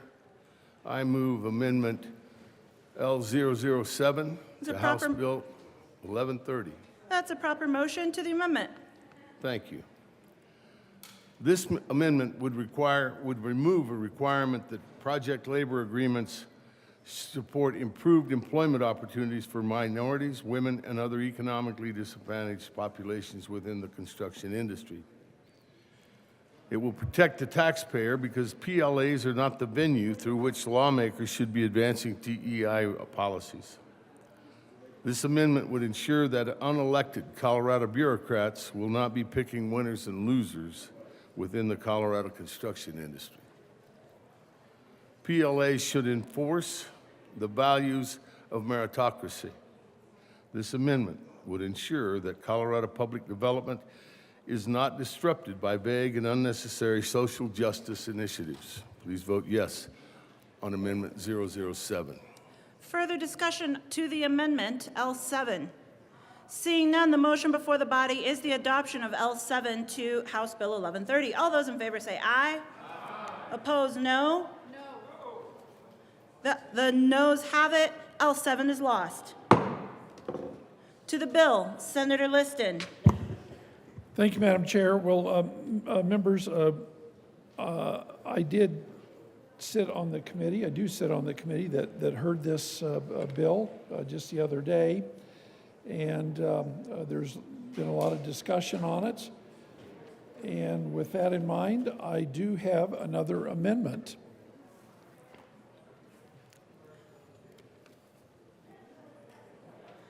There's an amendment at the desk. Mr. Schaffler, will you please read L11 to 1130? Amendment L11, Senator amend re-engross. Liston. Thank you, Madam Chair. Madam Chair, I move Amendment L011 on House Bill 1130. To the amendment. Very good. Madam Chair, what this amendment would do, it would prohibit government agencies from requiring project labor agreements, PLAs. That's not for the Palestinian Liberation Army. It stands for project labor agreements for public projects that are located within a municipality that has less than 50,000 people. This amendment would ensure that critical infrastructure projects within small communities, like many communities on the Eastern Plains and the Western Slopes, are not paralyzed by large labor interests. Small Colorado communities are critically dependent upon revitalized infrastructure initiatives. This amendment will guarantee that small and medium-sized towns are protected against PLAs that could paralyze the public development for indefinite periods of time. I would respectfully ask for an aye vote on Amendment L011. Thank you, Madam Chair. Further discussion, Senator Danielson to Thank you. L11. Thank you, Madam Chair. I had no one approach me about this between the time that we had the committee and today. I haven't heard from any municipalities, and especially considering that this is an optional, it's an opt-in. It doesn't require any municipality to engage in a PLA with anyone. I urge a no vote on L011. Is there further discussion? Senator Liston. Thank you. Well, certainly to the good senator from Wheat Ridge, we were not trying to keep anybody in the dark, but these bills move fast, and sometimes the amendments can come fast as well. So once again, I renew my plea for Amendment L011 and ask for an aye vote. Senator Bright. Thank you, Madam Chair. I rise in support of Amendment L011 to House Bill 1130. Amendment L011 essentially says, notwithstanding subsection 2 of the section, an agency of the government is prohibited from requiring a project labor agreement for a public project that is located in a municipality that has a population of less than 50,000 individuals. I have many communities inside of my district that are less than 50,000 individuals, and we don't often have the luxury of having a project labor agreement to live by, much less companies that would bring those. And so I would just say, for purposes of simplicity, communities with less than 50,000 should be specifically excluded from this bill, and ask for support on L011. Senator Peltonar. Thank you, Madam Chair. I rise in support of this amendment. You know, it's a good amendment for rural Colorado, for my district. We have a hard time, attracting contractors out there that have union labor. So I would stand in full support of this amendment. Senator Carson. Thank you, Madam Chair, and I too would like to support the amendment by our colleague from Colorado Springs. So the amendment reads, this is L011, notwithstanding subsection 2 of this section, an agency of government is prohibited from requiring a project labor agreement for a public project that is located in a municipality that has a population of less than 50,000 individuals. So this again, we've had over the last few days talked about the need to exempt the smaller communities, and this amendment would do that. This amendment would prohibit government agencies requiring PLAs for public projects that are located within a municipality harboring less than 50,000 residents. The amendment would ensure that critical infrastructure projects within small communities are not paralyzed or manipulated by big labor interests. Small Colorado communities are critically dependent on revitalized infrastructure initiatives. While larger cities may be able to cope with indefinite construction timelines, small towns should not be subjected to the scheming whims of big labor. And these agreements, these PLA agreements, this amendment will guarantee that small and medium-sized towns are protected against PLAs that could paralyze public development for indefinite periods of time. So the senator from Colorado Springs has regularly, brought forth amendments to help the smaller communities, and I want to support this amendment, L011.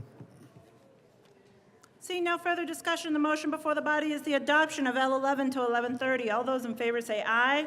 Aye. Opposed, no. No. The noes have it. L11 to 1130 is lost. Senator Frizzell, to the bill. Thank you, Madam Chair. Members, this bill is very different from what was introduced over in the lower chamber, which is good. I have to actually question, because it is so significantly different from the way it was introduced. It's extreme. It's very permissive. I'm not really sure what the purpose is exactly at this point, other than to codify unions into our red books. But anywho, I have some concerns around, on page 4, down at the very, very, very bottom is a part of the project labor agreement provisions is permit the selection of the lowest qualified responsible bidder or lowest qualified responsible offerer without regard to union or non-union status at other construction sites. I think that that's a bit confusing in the wording, and so I would like to offer clarifying language.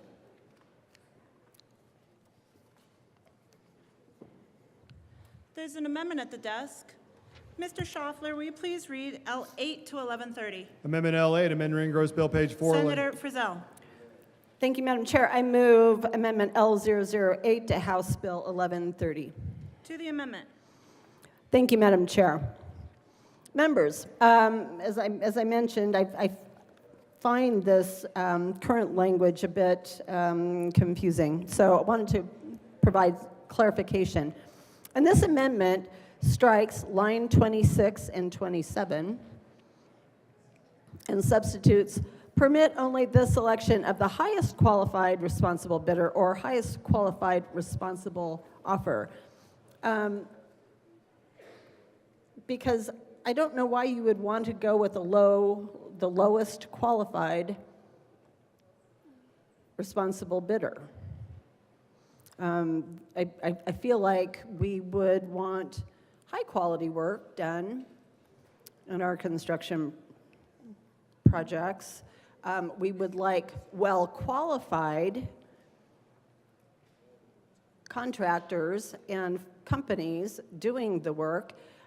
You're kind of building, in my opinion, failure into a project if you are seeking the lowest qualified responsible bidder or lowest qualified responsible offerer.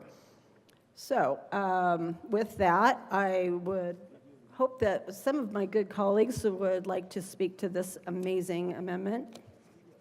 I ask for your aye vote on L008. Senator Bright. Thank you, Madam Chair. As I was reading this bill and I stumbled across page 4, lines 26 and 27, I said, wow, there must be a typo, there must be a mistake, because this can definitely be interpreted in an incorrect way. It says here on page 4, line 26, permit the selection of the lowest qualified responsible bidder or lowest qualified responsible offerer without regard to union or non-union status at other construction sites. And I feel like with this amendment, L008, we are emphasizing that we want to see the highest quality work done, not the lowest quality work done. While there might be some interpretation issues with this language, I feel like Amendment L008 can really clear up the intent that here in Colorado we're after the highest quality product, highest quality service, and highest quality work done on all the projects that we endorse. So I stand in support of L008. Further discussion, Senator Liston. Thank you, Madam Chair. Well, I too rise in support for Amendment L008 as well. Certainly, in these construction projects, there are good qualified construction companies that, whether they're union or non-union, they're very capable of doing the job, and they'll do a good job. And certainly, we want them to be qualified. We don't want the highest price with the lowest quality. We want the highest quality at the lowest price. That's exactly what we want. And that's what Amendment L008 is attempting to do, is to give us the highest quality at the lowest price, or at least at we shouldn't be paying the highest price no matter what, whether it's union or non-union. So this is a well-thought-out amendment. I urge an aye vote on Amendment L008. Senator Danielson. Thank you, Madam Chair. I think this is great because it does make the case for these PLAs to begin with. And we don't want to make them more expensive by nature. So why would we ever think about requiring an agreement to go with the highest bidder? It doesn't make any logical sense. We need to leave the language as it is because it permits, again, all this language, as my colleague pointed out, is permissive. And so in keeping with the rest of the bill, the language on page 4 permits the selection of different types of bidders. So I think it would be really short-sighted to require that we only take an agreement with the highest bidder. So I really urge a no vote on this. Senator Carson. Thank you, Madam Chair. I want to support Amendment L008. This may be the most important amendment we discuss on this bill, really, and I have to say, I was a little disappointed that my colleague from Castle Rock came up with this amendment first, because it should be the very heart of what we need to change here. And this is not a reference to the highest cost, it's the highest qualified responsible bidder or qualified responsible offerer. So I mean, basically saying is let's select these folks who are going to work on the projects based on merit, who can do the job, who can do it in the most efficient and affordable way. And, you know, I'm not an expert on transportation projects, but before I got in the legislature, I thought about why does it take so long to build roads in this state? And this amendment may help us get to some of the answer to that. You know, this is a few years back in my district, they set about a project to widen C470 by 2 lanes, 1 lane on each side. And I don't know how the bidding process worked on all that, but my God, 1 lane, folks, it took years. And I always used to say, you know, here we are on the 80th anniversary of the end of the Second World War, and it took longer to widen 470, 2 lanes of 470, than to raise the greatest military, build all of those ships and planes and win the Second World War. It took us longer to widen that highway by 2 lanes. And I think this amendment gets to part of the heart of the problem, is that we've got all of these special interest provisions going into these road construction projects. We must have all sorts of regulations and rules, because it simply makes no sense to the taxpayers. I talk to people all the time in my district, and we're constantly wondering, why does it take so long, years, literally years, to add a lane or 2 to a road? And often we're talking about only short distances, maybe 4 or 5 miles or 10 miles of road.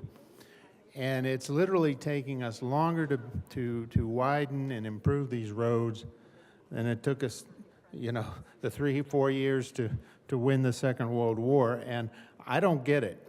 And so I think this amendment, L008, is a good addition to this bill, because it says let's pick the folks who are going to work on these projects, the companies, the workers.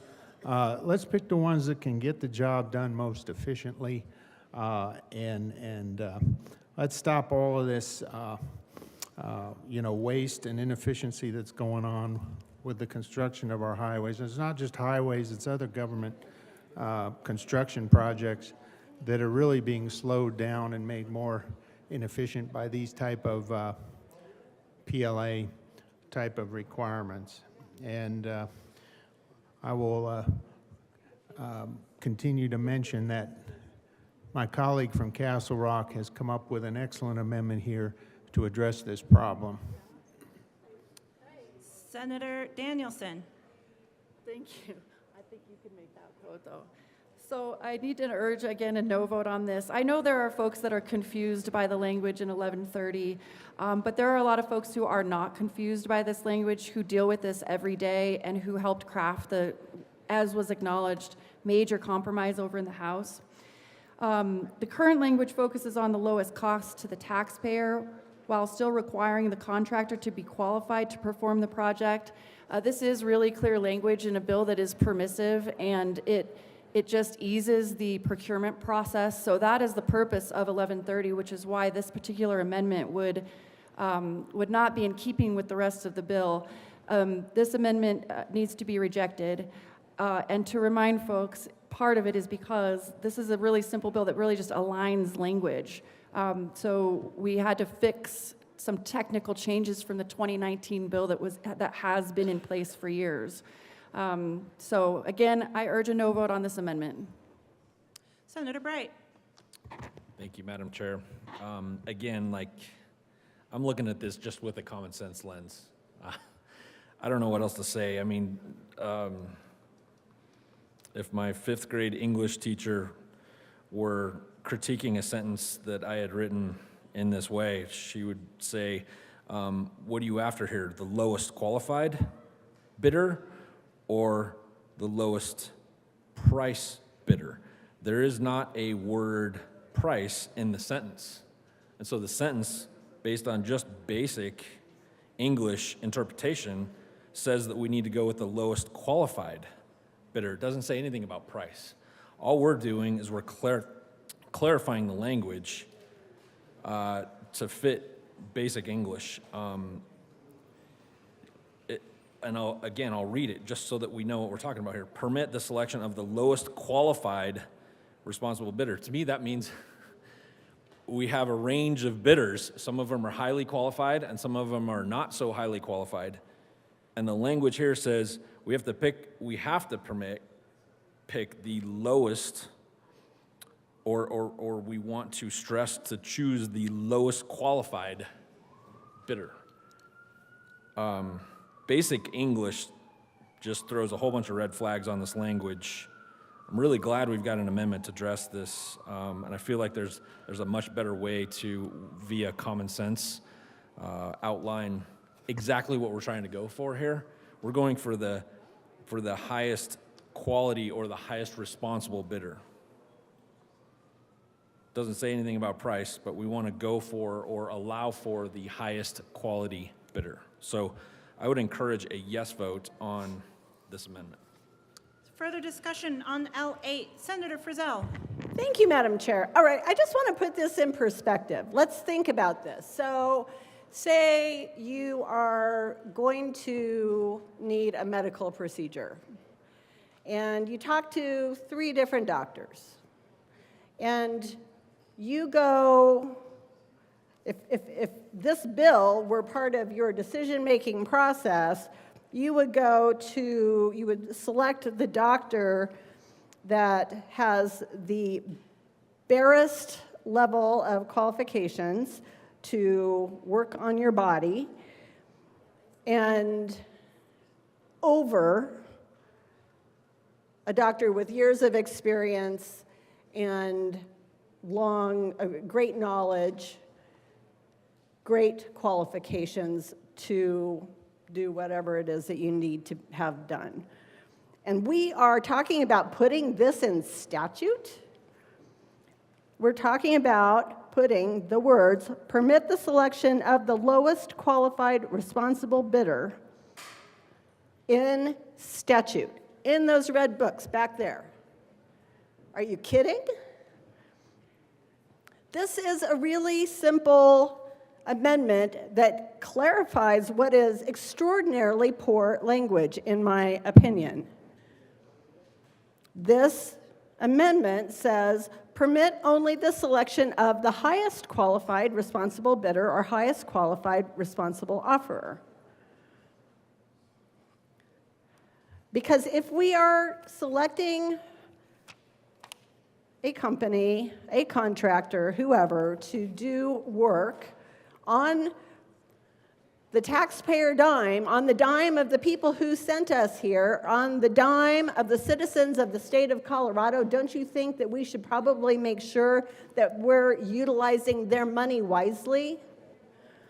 Not utilizing it on the lowest qualified responsible bidder? Seriously? Don't you think that that's what the people that we serve expect from us? Not to mention putting it into statute.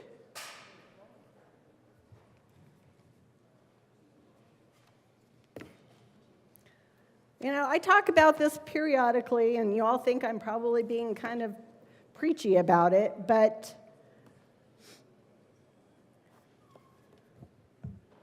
I don't understand why in the world we would put this into Colorado law. And when the citizens of this state say we need affordability, we need less crime, do something about those things. This is not that. I could not explain this to one of the fifth graders I'm going to be seeing when we leave this building in a couple weeks, because I'm pretty sure they would understand that this is ridiculous. Senator, please refrain from impugning the motives of the bill sponsor. Thank you. Please proceed. Thank you, Madam Chair. My apologies. I certainly did not mean to impugn any motives. I was simply referring to the quality of the language in this particular section of this particular policy. Please proceed. Thank you, Madam Chair. Members, let's be relevant. Let's be relevant. Let's do relevant things. Let's do what we were asked to do when we were sent here. Let's not codify the term selection of the lowest qualified responsible bidder. I ask for your aye vote on L008. Is there further discussion on L8? Seeing none, the motion before the body is the adoption of L008 to House Bill 1130. All those in favor say aye. Aye. Opposed, no. The noes have it. L8 is lost. Senator Liston. Thank you, Madam Chair. Madam Chair, we're having a good spirited discussion on House Bill 1130, which is good. You know, sometimes these bills sail through committee, and like this one did, though there was some opposition to it. It was a 4-3 vote, but there was not a whole lot of discussion on it, and so it's good that we're having a good, earnest, spirited discussion on House Bill 1130. And with that in mind, Madam Chair, I have another amendment. There's an amendment at the desk. Mr. Schaffler, will you please read L12 to House Bill 1130? Amendment L12, Senator amendment Liston. Growth Bill. Thank you, Madam Chair. I move Amendment L012 to House Bill 1130. It's a proper motion to the amendment. What this does, members, this amendment stipulates that only one PLA project may exist within a Colorado municipality per year. What we're trying to do is protect the taxpayers. This amendment ensures that labor interests do not exert an outside influence on public projects within individual towns and cities. They're not too big of an influence. By limiting the PLA projects to one per year, individual municipalities will ensure that public development is not unnecessarily paralyzed by various labor agreements. So, in other words, if you have multiple road projects or a road project and a water and sewer project and so forth, that you just limit it to one per year per community. So with that, members, I would ask for an aye vote on Amendment L012. Thank you, Madam Chair. Further discussion on L12? Seeing none, the motion before the body is the adoption of L12 to House Bill 1130. All those in favor say aye. Opposed, no. The noes have it. L12 is lost. To the bill, Senator Baisley. Thank you, Madam Chair. So I have a concern about the size, the threshold to meet for having the PLA. And so towards that, an amendment for everyone's consideration, please.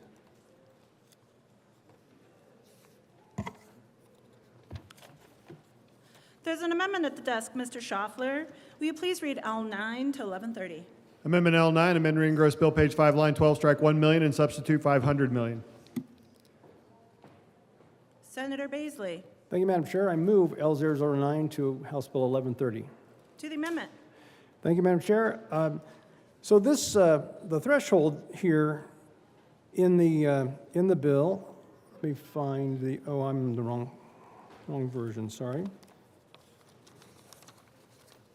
But for everyone's sake, page 5, line 12, so an agency of the government is authorized to incorporate a project labor agreement requirement for a public project in the amount of $1 million or more if the project labor agreement will promote successful project delivery by securing a skilled labor force and so on. That amount, $1 million, could readily be less than 20 employees, a small workforce. So having an agreement for such a small group gathering of laborers for a project just does not seem like it is high enough.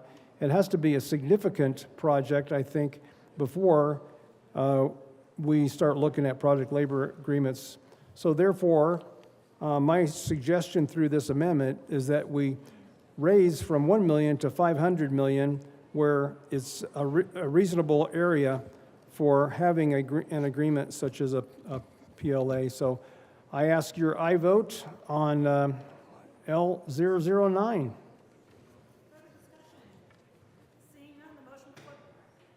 Further discussion. Senator Kirkmeyer. To L9.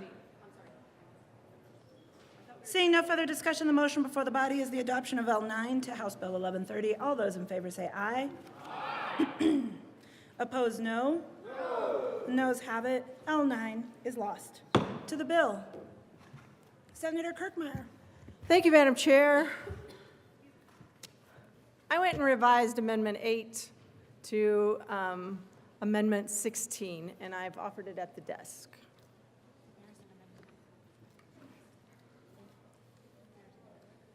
There's an amendment at the desk. Mr. Schaffler, please read L16 to 1130. Amendment L16, amend reading gross bill.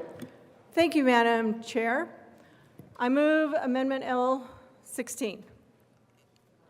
Proper motion to the amendment. Thank you, Madam Chair. Here's what this amendment does. Because in the bill, it says permit the lowest qualified responsible bidder. I think we're all a little hung up on why would we pick the lowest qualified bidder? And it appears because in the bill, it says because they're the lowest qualified responsible offerer. So this amendment says that instead of that, we would actually get back to the best use of taxpayer dollars and say that we should be able to permit the selection of the highest qualified responsible bidder with the lowest qualified responsible offer, regardless or without regard to union or non-union status at other construction sites. So again, we're talking about taxpayer dollars, we're talking about responsibility of government, and every time in government, you should be able to pick the highest qualified responsible bidder, not the lowest one. Why would we want to permit the lowest qualified bidder? That just does not even make sense. So how about we say that it's permitted the selection of the highest bidder with the lowest price? That's what this amendment does. That's how it fixes Roman numeral 5 on page 4, starts on line 26. Highest quality, going to get the best bang for our buck, and we're going to pay the lowest price for it. That's what we want. I ask for an aye vote on L016. Senator Baisley. Thank you, Madam Chair. You know, I come out of the aerospace world, and there's a famous quote by astronauts while sitting on the launch pad in an Apollo mission capsule, and one says to the other, how does it feel to be sitting on top of the rocket that was built by the lowest bidder? But truly, it was. To the amendment. The amendment is, helps us to find the best value for the contract, not just the lowest price. This is an important aspect. The federal government has gone far beyond simply going for the lowest bid all the time, because that many times equates to the lowest quality as well. We should take that lead from the lessons learned from federal government projects over many decades and adopt this amendment. It would be smart and good for the state of Colorado.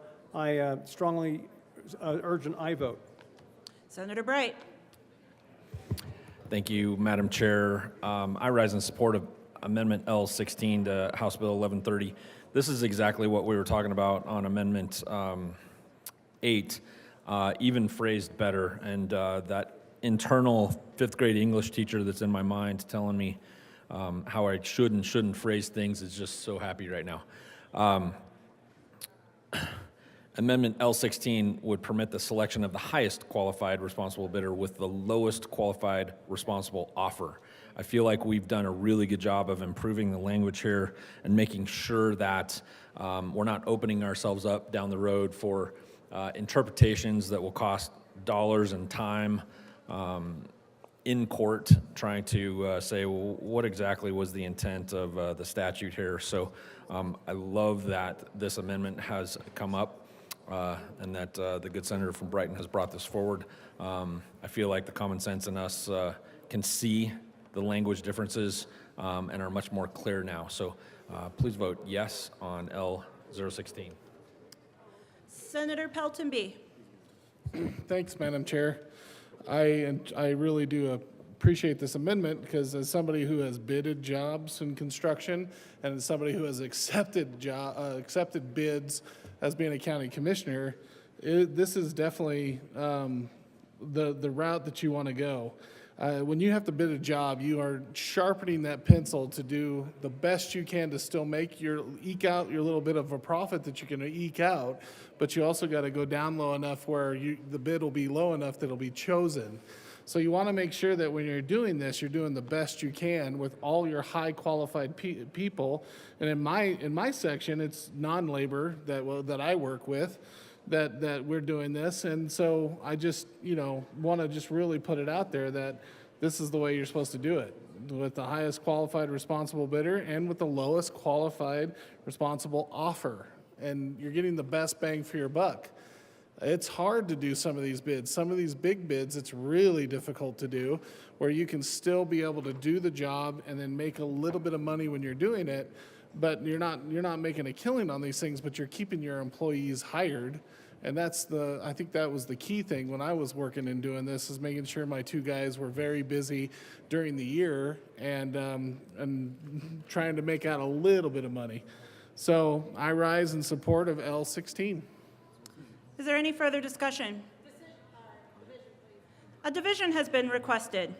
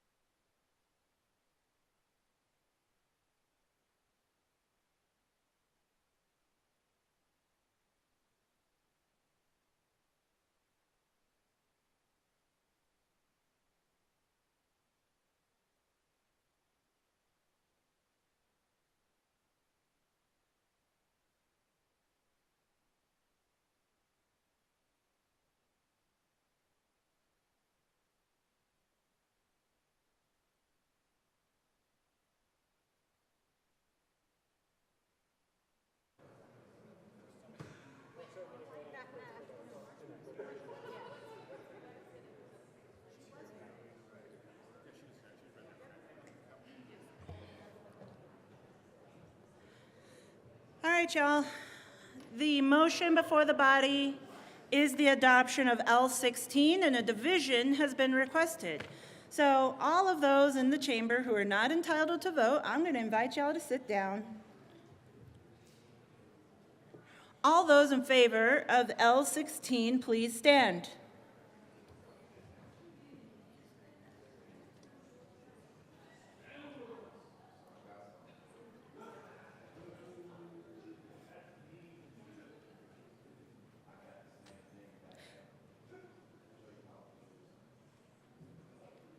Please be seated. All those opposed, please stand. Chair is not in doubt. L16 fails. Seeing no further discussion, Senator Baisley. Thank you, Madam Chair. I have another little concern, same page as my last concern, page 5 of the engrossed bill, where the words here, lines 16, 17, read that the determination to enter into a project labor agreement is at the discretion of the agency of the government. So I have a little bit of a concern of how there might be some tendency over time to develop, maybe a habit of developing those project labor agreements and the relationships that get built along those lines without any accountability. So I want to introduce this amendment towards that.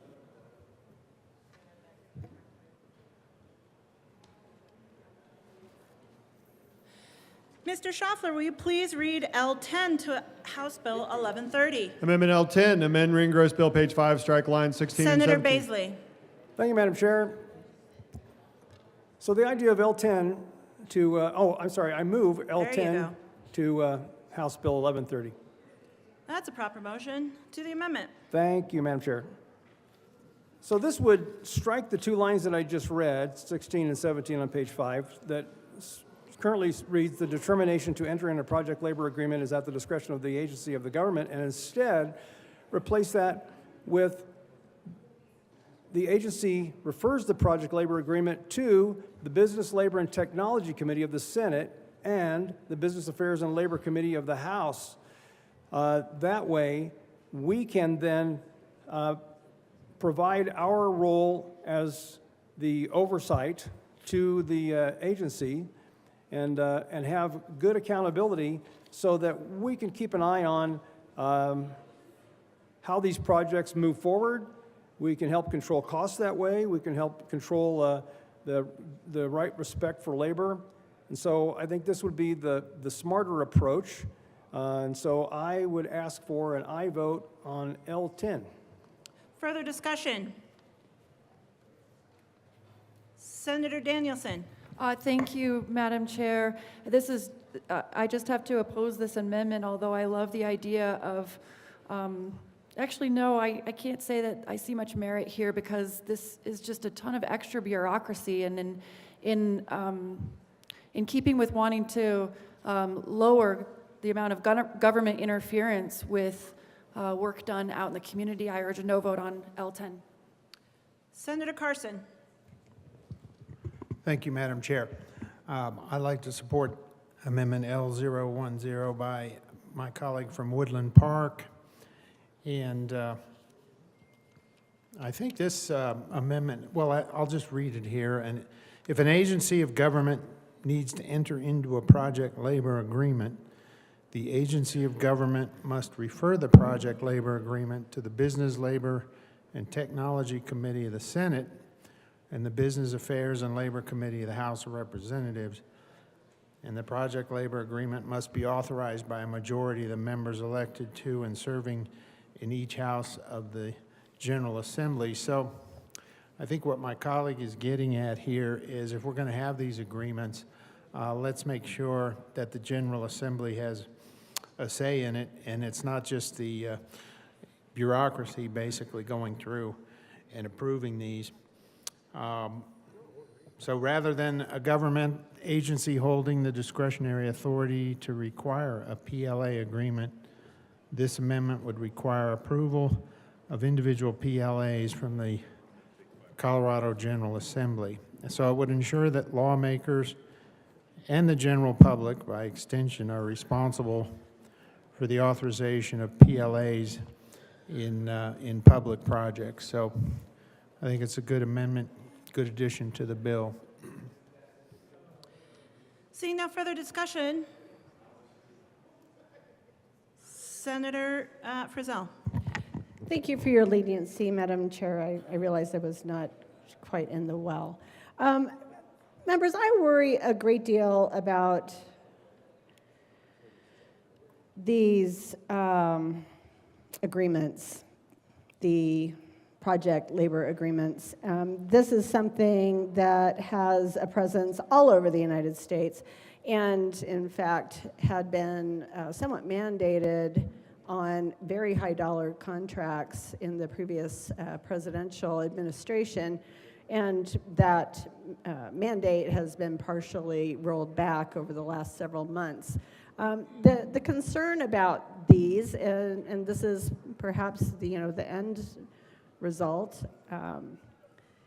is that if a PLA requires union labor, and certainly that's the case here. It says so in the definition of project labor agreement here in this bill. It takes all those non-union labor and contractors out of the process. And maybe that's not specifically the case in this particular bill, because it does allow for non-union non-union labor to be granted contracts. However, the end result of this is really adds to the cost of projects. And we talked a little bit about the quality aspect of these labor contract awards. But I still worry that this is going to ultimately increase the cost of construction, increase the cost of projects in a time when, candidly, the state really can't afford to pay a premium to have work done. So I rise in support of Amendment L10. This is a very good amendment, and is important to really make sure that this bill does what it should be doing. Thank you. Seeing no further discussion, the motion before the body is the adoption of L10. All those in favor say aye. Opposed? No? The noes have it. L10 is lost. Minority Leader Lundin. I'll take it. Thank you very much, Madam Chair. It's going to get longer. Colleagues, I rise in opposition to House Bill 1130. As much as we would like our situations and determinations to be black and white, they never are. There's always gradations and elements of, it's kind of sort of that way, the trend moves this way. But we are in a business that is binary in nature. You're either a yes vote or a no vote at the end of the day. So I'm going to make some arguments in opposition to the bill. I'm going to use some language that's fairly stark in the argument against the bill, but I acknowledge I'm talking mostly about trends, possibilities, probabilities, and potential outcomes. It is my conclusion that House Bill 1130 is a union favoritism bill at the expense of affordability for the people of Colorado. And I care deeply about and have argued constantly through the course of this session for opportunities to reduce the burden on the backs of the people of Colorado instead of increasing the costs and the lack of affordability on the backs of the people of Colorado. Now, you could argue deep down in a bill that favors the union, doesn't that mean that some people are going to make bigger wages? Well, yeah, some people are. But at the cost of collecting more money from the people of Colorado for publicly funded projects and at the cost to the people of Colorado for general, broader inaffordability, lack of affordability across all elements of the state: housing, transportation, things of that nature. House Bill 25-1130 aims to impose specific labor requirements, including apprenticeship utilization and project labor agreements, on public and energy sector public works project. While the bill's intent is to ensure that skilled workforce and promotion of quality in construction, the effect, the result, is going to be increased costs, and it will make life less affordable.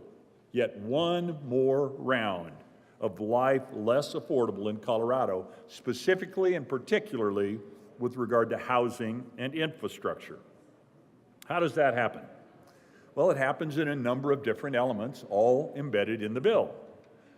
I was at one point an apprentice, not an official registered apprenticeship program, but I was apprentice, and I learned a trade as an apprentice. Super valuable experience. This particular bill puts restrictions around what types of apprenticeships are acceptable and what types are not. The bill mandates that contractors and subcontractors performing mechanical, electrical, plumbing, or construction labor work on projects of $1 million or more participate in registered apprenticeship programs with specific graduation requirements. Other contractors must demonstrate minimal training through registered apprenticeship programs also, the subcontractors as they roll up into general contractors. We'll get to the burden that is placed on the general contractors with regard to their requirements to get in the business of the subcontractors later in the bill, because this bill mandates and requires that. It says, you think you're a general contractor? Well, we're going to tell you how to be a general contractor. And here's what's required of you in the law of Colorado should this pass. Requiring participation in registered apprenticeship programs as opposed to whatever your shop may have as an apprenticeship program will increase costs because they often involve union-affiliated training. Well, that's good, that's fine, that's wonderful, and it's more expensive. It will increase wages and administrative costs for contractors. Apprenticeship programs requiring investments in training, compliance, and documentation, which are passed on to project budgets. Ergo, more expensive bid price, more expensive burden of life on the people of Colorado. For public projects, not only do the people of Colorado bear the burden of the increased cost that seeps out into the economy, but the taxpayers pay for that increased costs.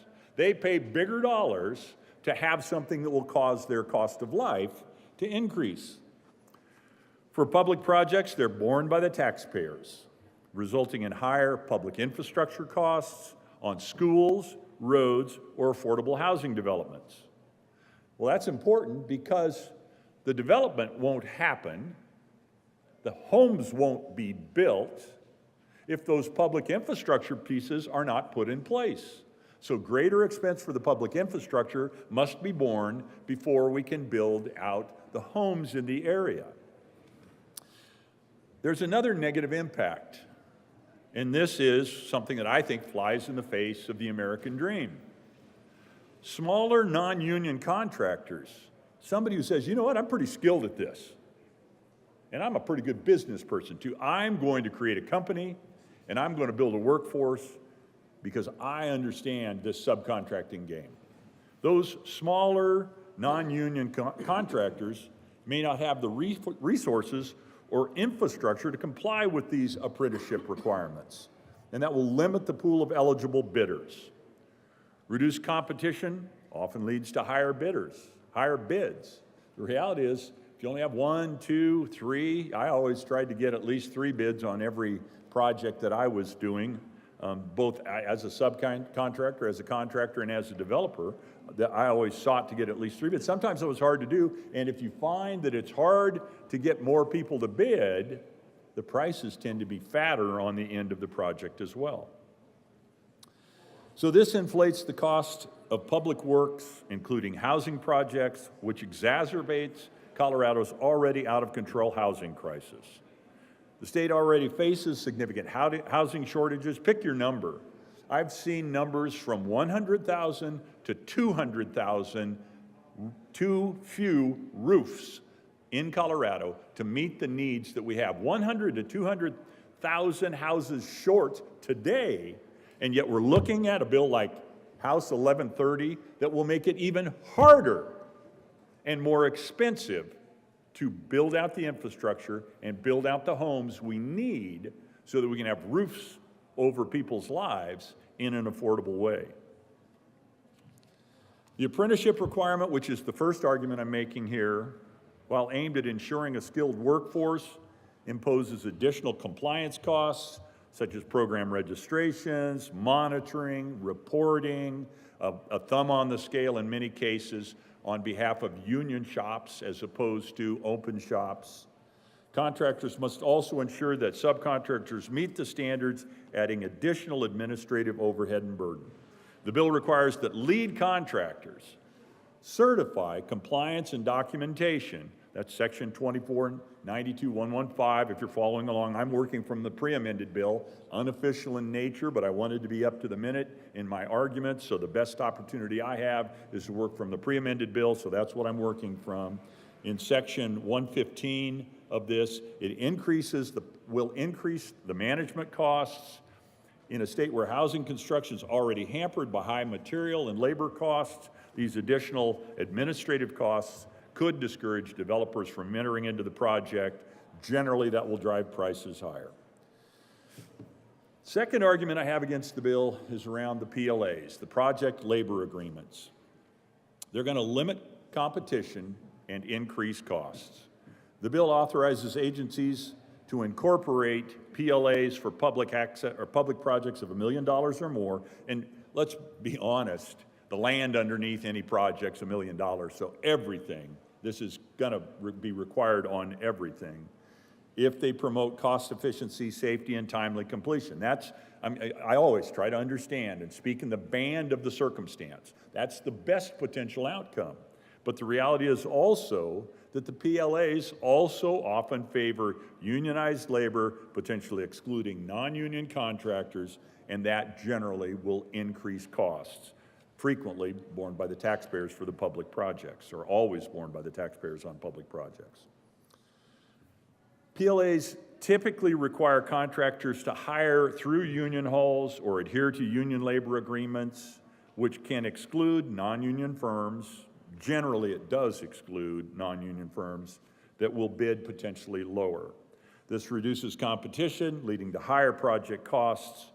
In Colorado, where non-union contractors make up a significant portion of the construction workforce, and I had sent out a couple of notes earlier trying to get a response back across some of the trades.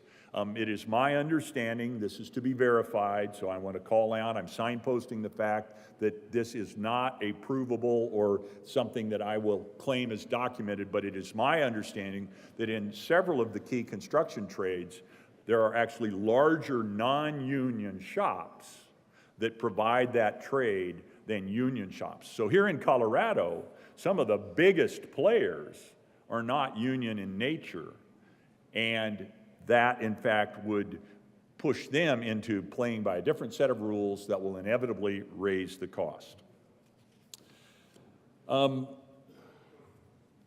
Because I'm standing between everyone and their sports person's luncheon, I will move swiftly through my comments.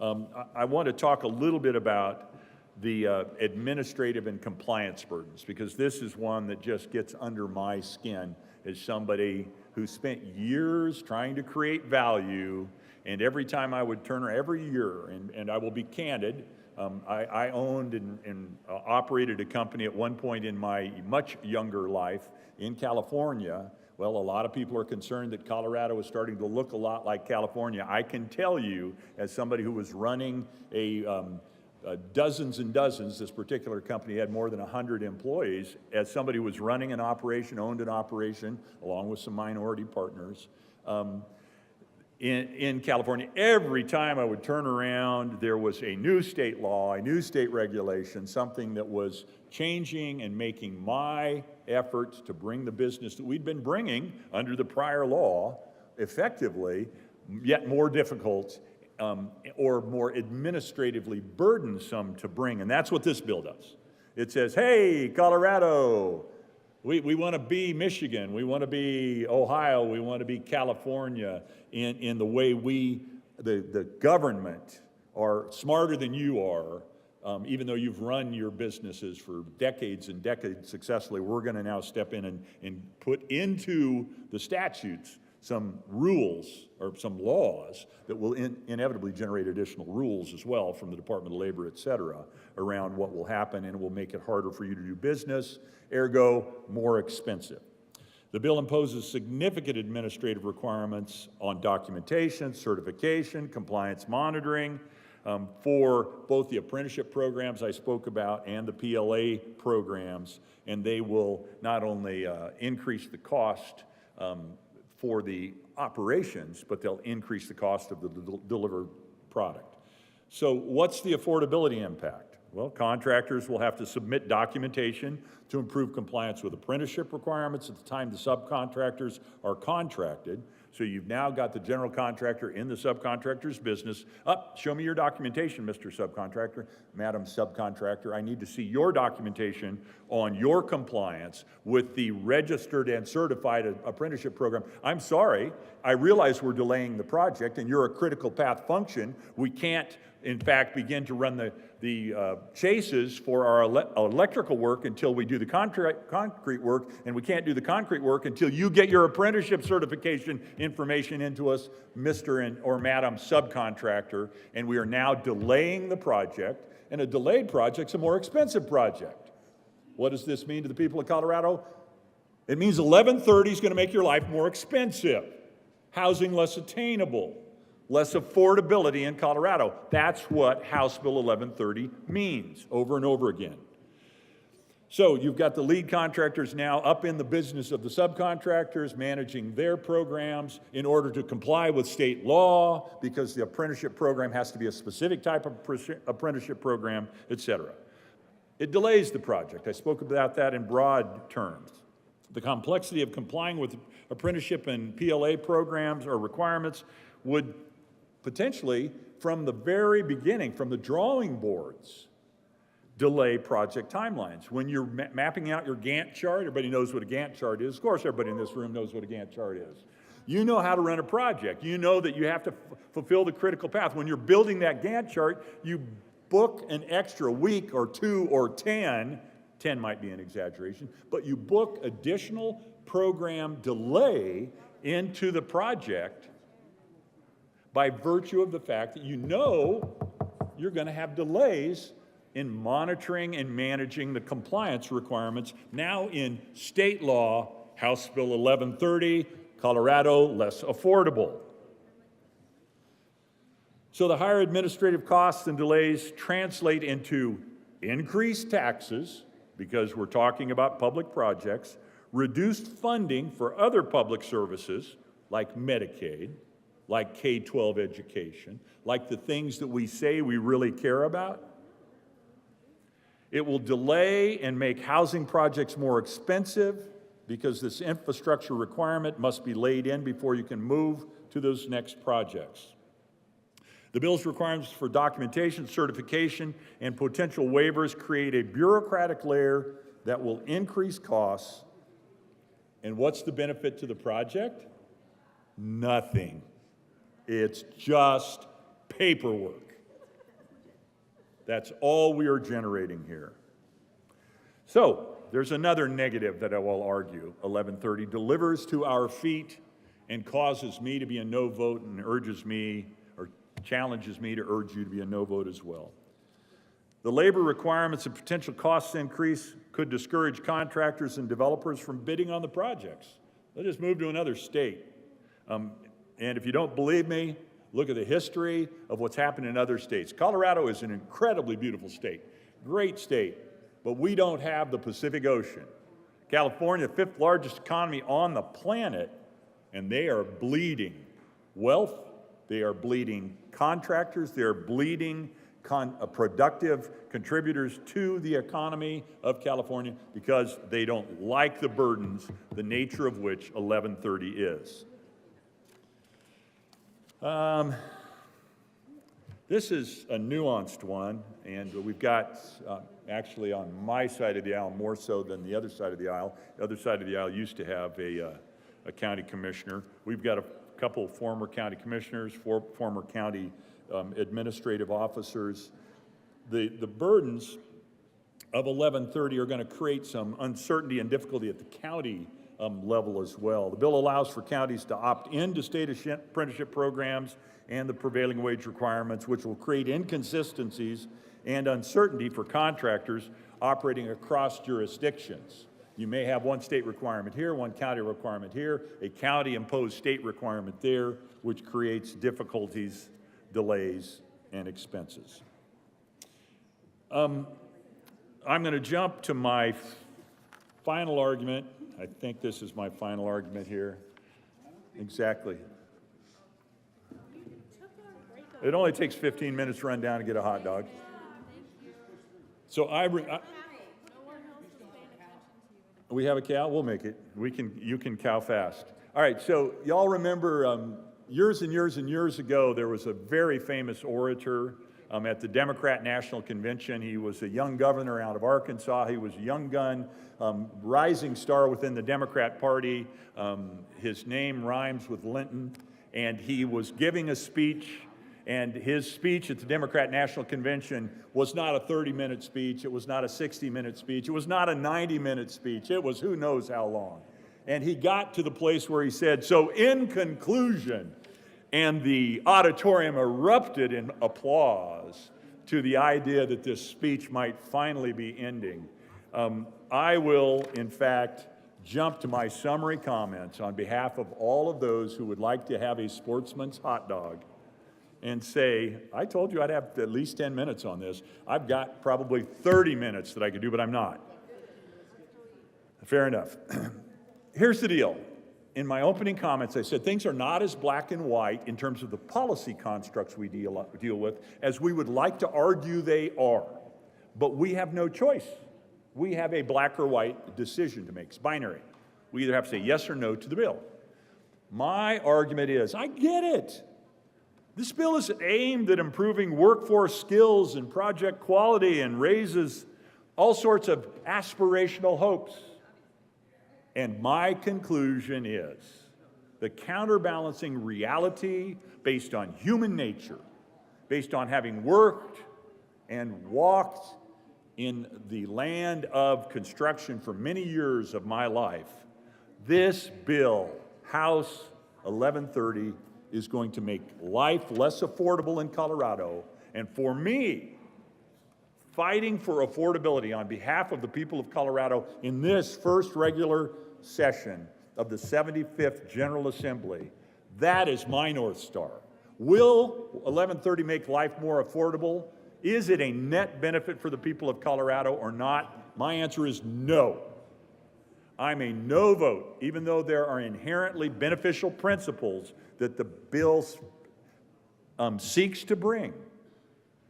But I am a no, encourage you to be a no, and I will put the balance of this speech on YouTube for anybody who wants to watch the next 20 minutes of my arguments against 1130.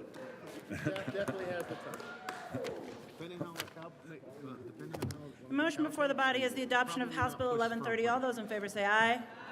Opposed, no. The ayes have it. 1130 is passed.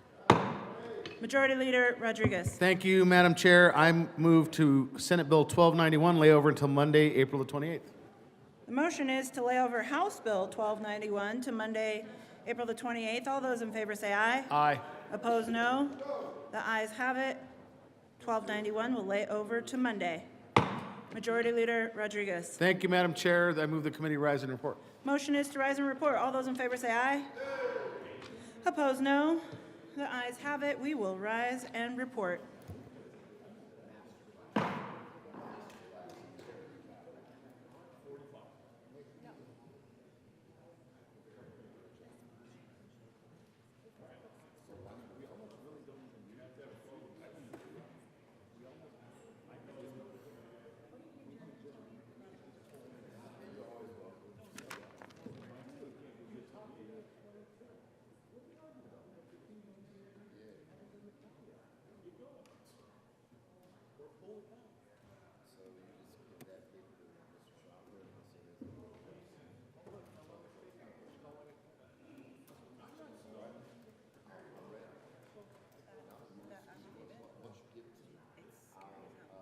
Yeah, 2 federal counts.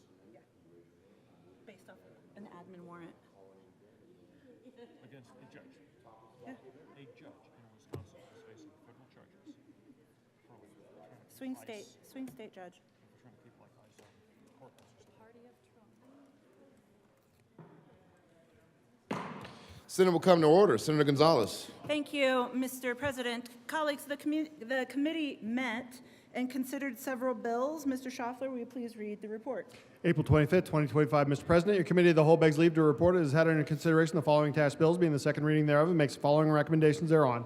House Bill 1225 as amended, House Bill 1096, House Bill 1314, House Bill 1195 as amended, House Bill 1130 passed on second reading and ordered revised and placed on the calendar for third reading and final passage. Senate Bill 288, House Bill 1291 laid over until April 28, 2025 and retaining their place on the calendar. House Bill 1069 lost on second reading. Senator Gonzalez. Thank you. Mr. President, I move the report. There is an amendment at the desk. Mr. Schaffler, please read S001 to 1069.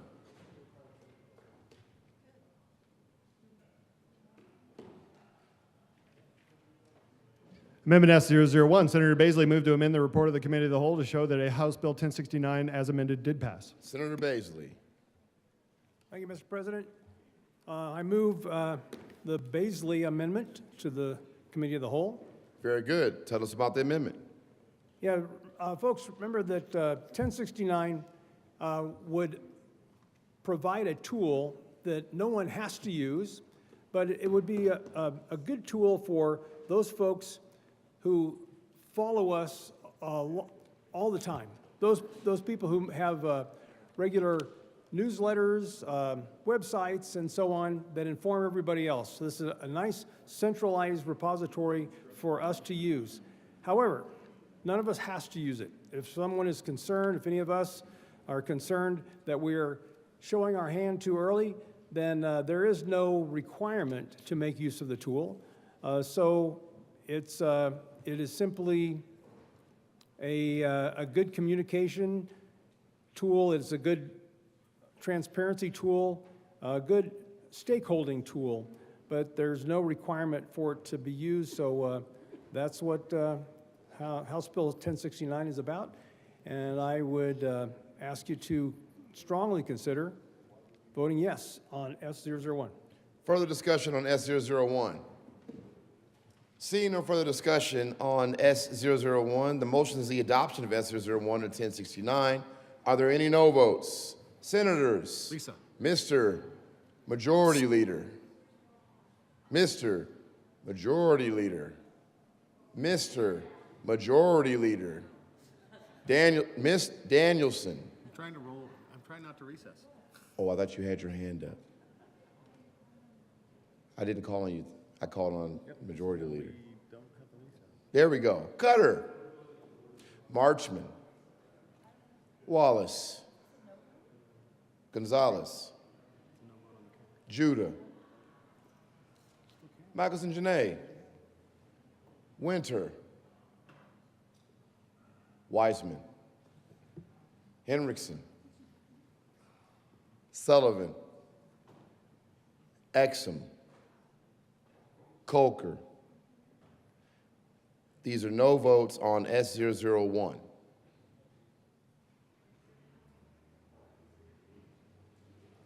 Amabile. Any other no votes? Ball. Please add the president. With a vote of 18 ayes, 17 noes, 0 absent, and 0 excused, S-001 to 1069 is adopted. Further amendments.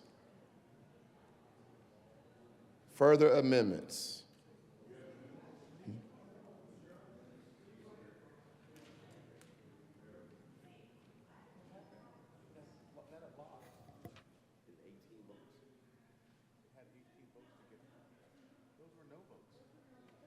I know it had 18 aye votes. So it passed.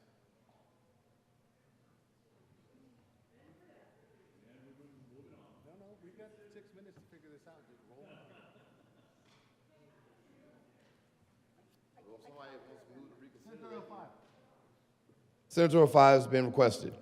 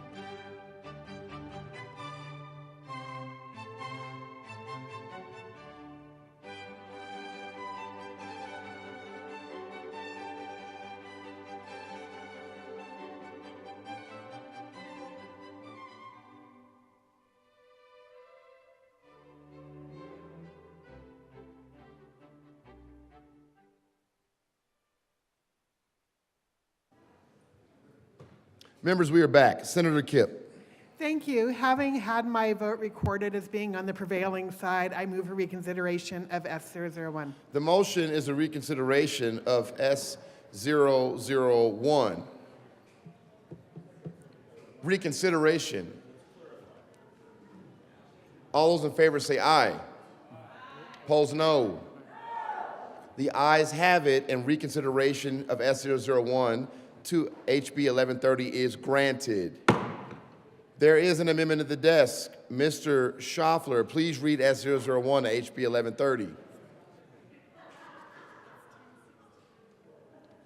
Oh, I got too many amendments up here. S001 and 1069. Amendment S001. Senator Baisley moved to amend the report of the Committee of the Whole to show that House Bill 1069 as amended did pass. Senator Baisley. Thank you, Mr. President. I once again move the Baisley report amendment to the report of the Committee of the Whole. Seeing no further discussion, the motion is the adoption of S001 to 1069. Are there any no votes? Senators Gonzalez, Wallace, Kipp, Danielson, Michelson, Janae, Winter, Cutter, Marchman, Henriksen, Ball, Weissman, Judah, Sullivan, Mr. Majority Leader, Exum, Coker, Amabile. Please add the President. With a vote of 17 ayes, 18 noes, 0 absent, and 0 excused, S001 is lost. Was there another amendment at the desk? That's why I was confused. Is this S001 to 1130 now? Yeah. Mr. Schaffler, please read S001 to 1130. Amendment S001. Senator Frizzell moved to amend the report of the Committee of the Whole to show that the following Kirkmeyer floor amendment L16 to House Bill 1130 did pass. Senator Frizzell. Thank you, Mr. President. I move Amendment S001 to the Committee of the Whole. To the amendment. Senator Frizzell. Thank you, Mr. President. This was actually not my amendment. It was an improvement on the amendment that I ran, provided by, and this amendment was provided by the good senator from Brighton. And so just to refresh your memory, this particular amendment revised page 4, lines 26 and 27 to say, permit the selection of the highest qualified responsible bidder with the lowest qualified responsible offer. Members, we had a great deal of conversation around this bill and the wording, especially in this particular section of the bill, and how challenging it actually is. I really would like for you to consider that this area of the bill be clarified because, and again, page 4, bottom of page 4, lines 26 and 27. As is already written in this particular bill, and I'll read it, permit the selection of the lowest qualified responsible bidder or lowest qualified responsible offeror. I think that that's a typo. I hope it is. We did offer several different amendments to help clarify this language because it's candidly really, it's very confusing, and I hope that we are not promoting for the purpose of public projects the selection of the lowest qualified responsible bidder to a contract. Let me say that again, the lowest qualified responsible bidder. We would not do this in any other aspect of our lives.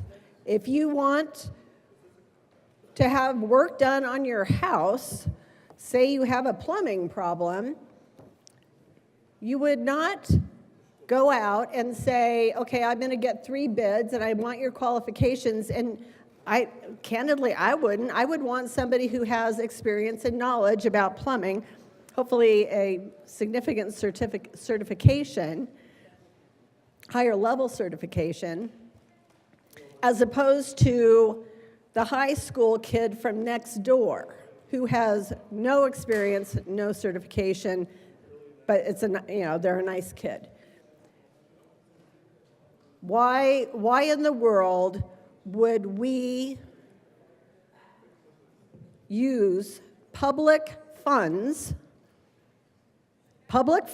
because these are public projects, and hire the lowest qualified responsible bidder? I submit to you that this is not language that is appropriate in Colorado law. It is not appropriate for us to print it in those red books. I ask for your aye vote on Amendment L001. S001. S001, sorry. This amendment to the Committee of the Whole. Very good. Further discussion. Senator Danielson. Thank you, Mr. President, and I know that this has been confusing to those who are not familiar with PLAs or the language that is used already in statute, but the current language already accomplishes this goal, and so there's no need to change the language. Like I said, it's already widely used in the and accepted in the procurement process for those who are more familiar with this kind of thing. I mean, I really love that there is advocating here on behalf of my colleagues for best value contracting, but in this case, I have to urge a no vote on this amendment. Senator Kirkmeyer. Thank you, Mr. President. I would urge an aye vote on this amendment. The current language says permit the selection of the lowest qualified responsible bidder. Why? Why? Why would we pick the lowest qualified? I mean, this is in an area that says a project labor agreement must include a provision. So must include a provision that permits the selection of the lowest qualified responsible bidder regardless or without regard to union or non-union status at other construction sites. Why? Why would we ever, with taxpayer dollars, think it's responsible to permit the lowest qualified bidder? That's the issue. We're not confused. That's the issue. It is irresponsible for us to use taxpayer dollars in a public construction project and pick the lowest qualified bidder. We should never have to have a labor agreement that includes permission to do that. It's a good way to get unelected. It's also another way why people don't trust government. Permit the selection of the lowest qualified bidder. I'm not confused. I understand what that language means. I've probably done more contracts, signed off on more contracts than pretty much everybody in this room.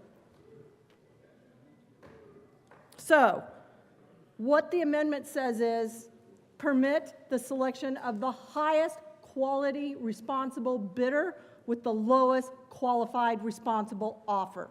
It's changed. So you can do the highest quality and you can still go with the lowest qualified responsible offer. That's what we want to permit. That would be responsible government. That's how we should be using people's tax dollars.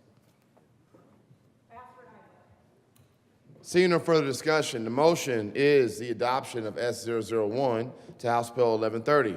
Are there any no votes?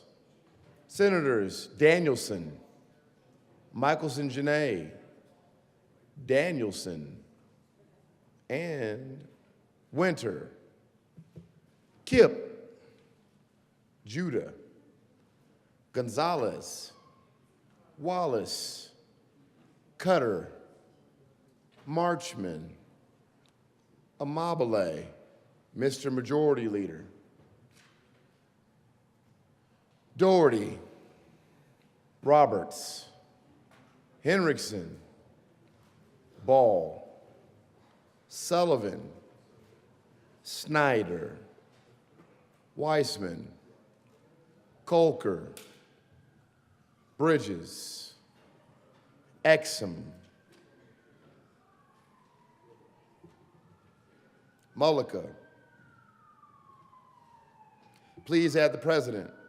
With a vote of 12 ayes, 23 noes, 0 absent, 0 excused, S001 House Bill 1130 is lost. Seeing no further discussion, the motion is the adoption of the Committee of the Whole report.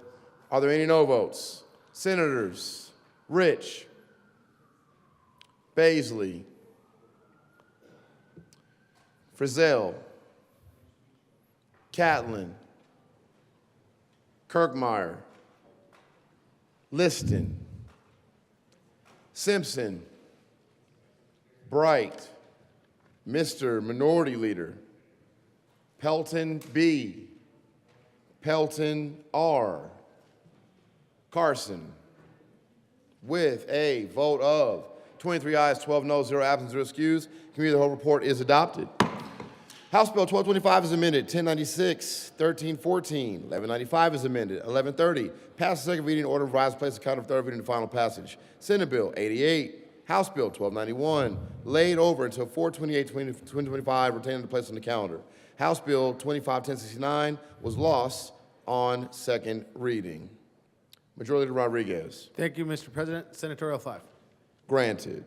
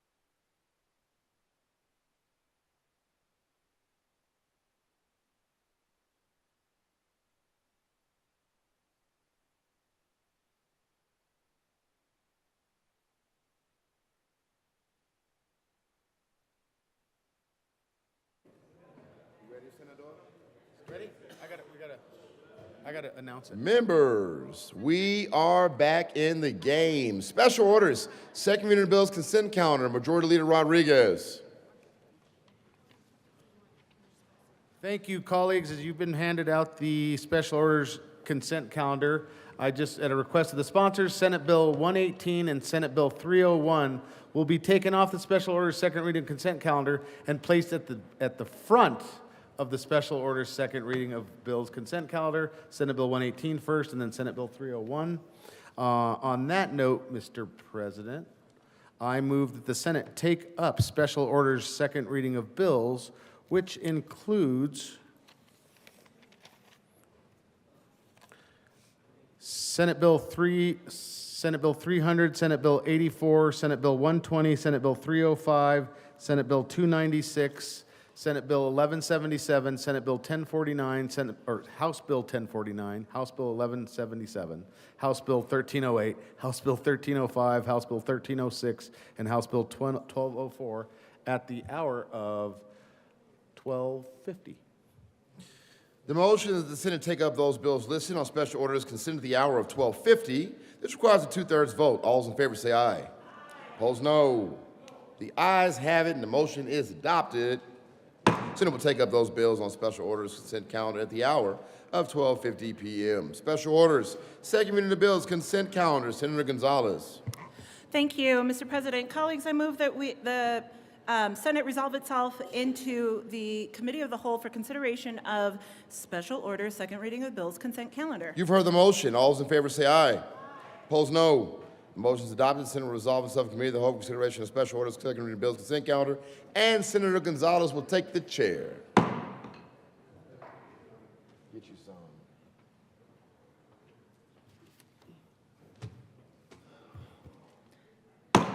Committee will come to order. The court rule is relaxed for everyone.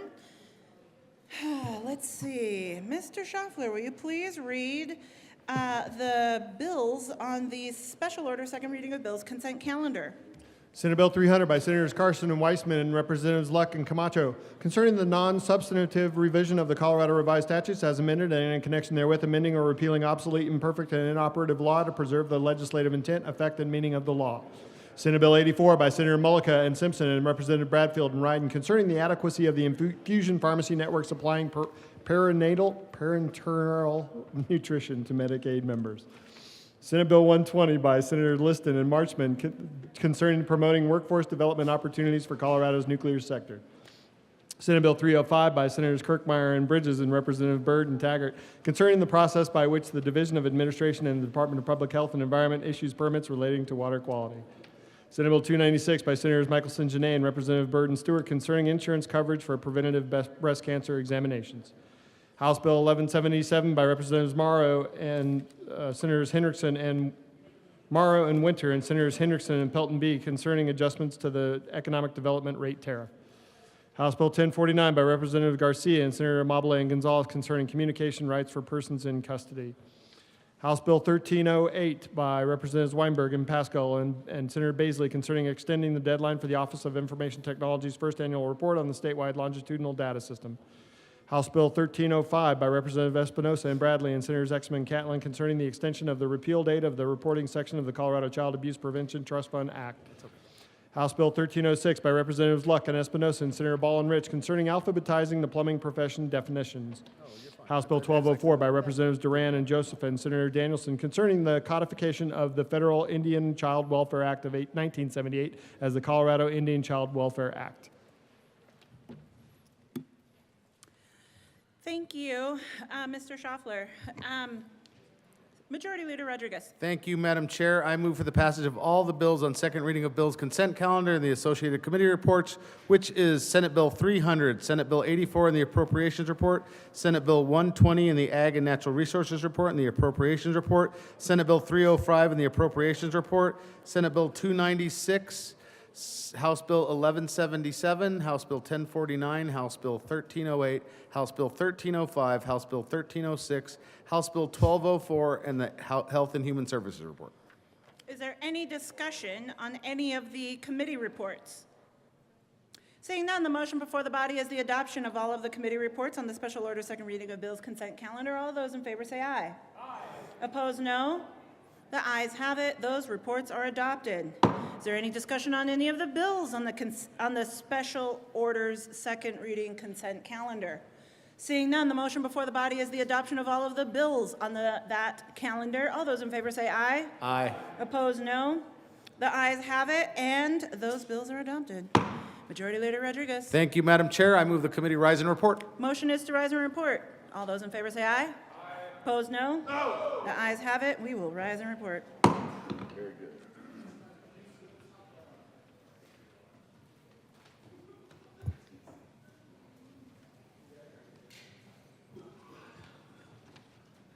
The Senate will come to order. Senator Gonzalez. Thank you, Mr. President. The committee met and considered several bills. Mr. Schaffler, will you please read the report? April 25th, 2025. Mr. President, your committee of the whole begs leave to report has had in consideration the following tax bills, being the second reading thereof, and makes the following recommendations thereon. Senate Bill 300, Senate Bill 84 as amended, Senate Bill 120 as amended, Senate Bill 305 as amended, Senate Bill 296 passed on second reading and ordered engrossed and placed on the calendar for third reading and final passage. House Bill 1177, House Bill 1049, House Bill 1308, House Bill 1305, House Bill 1306, House Bill 1204 as amended passed on second reading and ordered revised and placed on the calendar for third reading and final passage. Senator Gonzalez. Thank you, Mr. President. I move the report. The motion is the adoption of the committee of the whole report. Are there any no votes? With a vote of 35 ayes, 0 noes, 0 absent, 0 excused, the committee of the whole report is adopted. Senate Bill 300, Senate Bill 84 is amended, 120 is amended, 305 is amended, and 296 passes in second reading and order engrossed, place on calendar for third reading and final passage. House Bill 1177, 1049, 1308, 1305, 1306, 1204 is amended, passed second reading, order revised, and placed on calendar for third reading and final passage. Majority Leader Rodriguez. Second reading of the bills. Special orders, second reading of bills. Majority Leader Rodriguez. Thank you, Mr. President. I move the Senate take up special orders second reading of bills, which are Senate Bill 118, Senate Bill 301, Senate Bill 299, Senate Bill 142, Senate Bill 285, Senate Bill 290, Senate Bill 303, Senate Bill 307, Senate Bill 26, Senate Bill 72, House Bill 1105, House Bill 1112, at the hour of 12:57. The motion is the Senate take up those bills listed on special orders at the hour of 12:57 p.m. This requires a 2/3 vote. All those in favor say aye. Aye. Opposed, no. The ayes have it. That motion is adopted. Senate will take up those bills listed on special orders at the hour of 12:57 p.m. Special orders, second reading of the bills. Senator Gonzalez. Thank you, Mr. President. I move the committee resolve itself into the committee of the whole for the consideration of special orders, second reading of bills. You've heard the motion. All those in favor say aye. Opposed, no. The ayes have it. The motion is adopted. The Senate will resolve itself in committee of the whole for consideration of special orders, second reading of bills, and Senator Gonzalez will take the chair.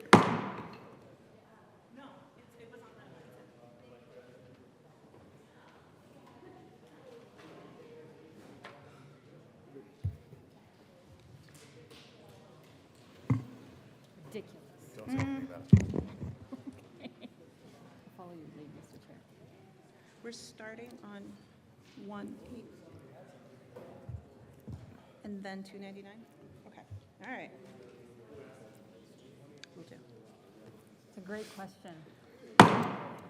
The committee will come to order and the coat rule is abolished.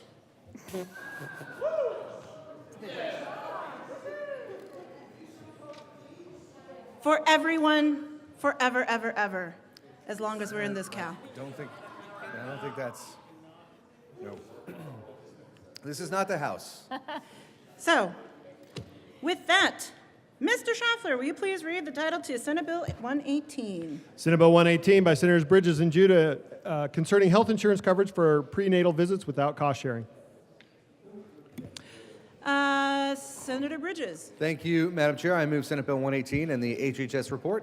To the HHS report. We had to dramatically narrow the bill so that it did not cost Colorado ratepayers like $50 more a year because healthcare is crazy.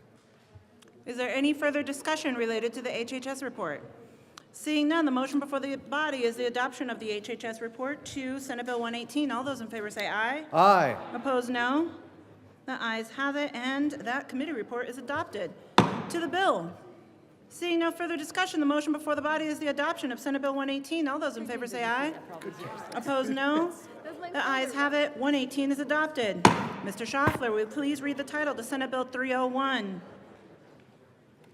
Senate Bill 301 by Senator Wallace and Kirkmeyer and Representatives Leader and Johnson concerning authorization for a healthcare provider to adjust a chronic maintenance drug prescription without prior authorization from an insurance carrier. Senator Wallace. Thank you, Madam Chair. I move the HHS committee report and ask for a no vote. And the bill? Yes. And Senate Bill 301. That is a proper motion. Is there discussion related to the committee report in HHS? Senator Wallace. Y'all, the committee passed a small amendment to the bill yesterday, but after further consideration, we have developed a bit of a better path forward, so we'll have a different amendment for you that reflects that. So ask for a no vote on this committee report. Is there further discussion related to the HHS report? Seeing none, the motion before the body is the adoption of the HHS report. All those in favor say aye. Aye. Opposed, no. No! The noes have it. That committee report is not adopted. To the bill. Senator Kirkmeyer. Thank you, Madam Chair. I move, I have an amendment. There's an amendment at the desk. Mr. Schaffler, will you please read L4 to 301? Amendment L4, amend printed bill page 2, line 6. Senator Kirkmeyer. Thank you, Madam Chair. I move L004. To the amendment. Thank you, Madam Chair. This is why we had to reject the committee report. We had amended this in, and we put it in the wrong section of the bill. We are now, after working with stakeholders, getting it into the right section, and just moved it up. So ask for an aye vote. Is there any further discussion on L4? Seeing none, the motion before the body is the adoption of L4. All those in favor say aye. Aye. Opposed, no. The ayes have it. L004 to Senate Bill 301 is adopted. Is there any discussion on the bill? Senator Wallace. Thank you, Madam Chair. Colleagues, we're very pleased to bring this bill forward to you. It addresses the need for prior authorization when adjusting medications for chronic conditions. So it just allows folks who have chronic conditions and have been prescribed by a healthcare provider and pre-approved a medication. This allows for that medication to be adjusted up or down and dosed up to 2 times under the guidance of healthcare professionals. It'll help save us money. It'll help create continuity of care and streamline our healthcare process. So ask for an aye vote today. Is there, Senator Kirkmeyer. Thank you. It's a good bill. It's good for patients. Vote aye. Thanks. Seeing no further discussion, the motion before the body is the adoption of Senate Bill 301. All those in favor say aye. Aye. Opposed, no. The ayes have it. 301 is adopted. Mr. Schaffler, will you please read the title to Senate Bill 299? Senate Bill 299 by Senator Wallace and Representatives Brown and Soper concerning measures to increase consumer protection in certain residential clean energy system transactions.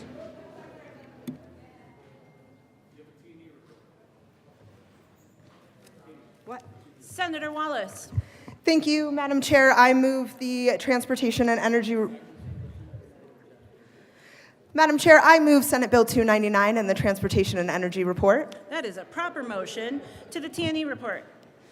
Colleagues, we had a few technical amendments for this bill in committee and ask for an aye vote.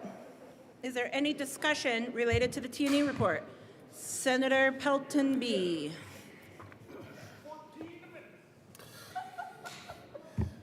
No, thank you, Madam Chair. No amendments.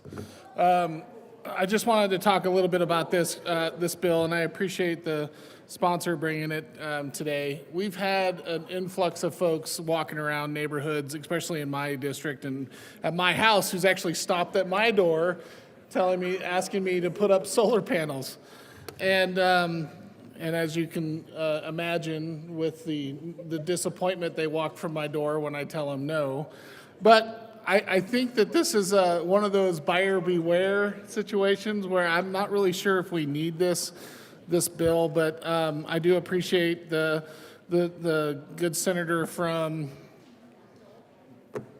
Erie. Wells.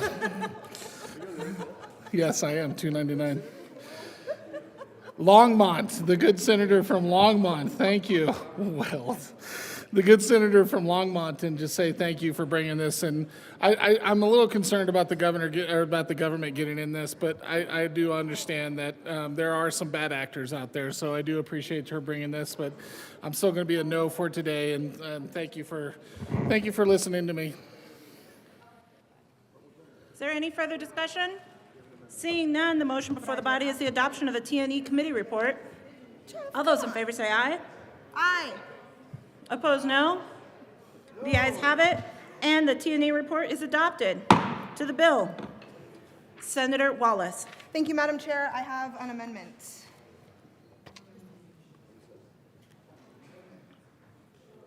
There's an amendment at the desk. Mr. Schaffler, will you please read L4 to 299? Amendment L4, amend printed bill, page 22, line 22, strike authorization and Senator substitute. Wallace. Thank you, Madam Chair. I move L004 to SB 299. Thank you, Madam Chair. This amendment ensures the use of utility, logo, name, etc. is only allowed if authorization by the overseeing company is given with written consent. So ask for simple amendment, ask for an aye vote. Thank you. Is there any further discussion? Seeing none, the motion before the body is the adoption of L4 to 299. All those in favor say aye. Aye. Opposed, no. The ayes have it. L4 is adopted. Is there any further discussion on the bill? Senator Wallace. Thank you, Madam Chair. Colleagues, this bill seeks to provide consumer protection guardrails when purchasing residential solar systems. I'm glad to have the opportunity to promote both consumer protections as well as technologies that will reduce emissions and help us address the existential crisis of climate change. The solar industry brought this bill themselves to proactively address issues that we're seeing raised kind of across the country. Thankfully, Colorado has not had too many of those issues, but we have seen a few cases in Grand Junction and other places in the South. So this bill is necessary to prevent bad actors from taking advantage of Colorado homeowners. Through this legislation, we'll set a clear floor of expectations for companies that are selling and providing solar, and ensure that everything from warranty requirements, sales materials, all of those are transparent and effective. Overall, the legislation will ensure standardization across the industry. It'll make sure Coloradans have the proper information they need, and that they can make the right choice for them. So with that, I ask for an aye vote. Apologies. Seeing no further discussion, the motion before the body is the adoption of Senate Bill 299. All those in favor say aye. Aye. Opposed, no. The ayes have it. 299 is adopted. Woo! Mr. Schaffler, will you please read the title to Senate Bill 142? Senate Bill 142 by Senator Baisley concerning changes to the Wildfire Resiliency Code Board.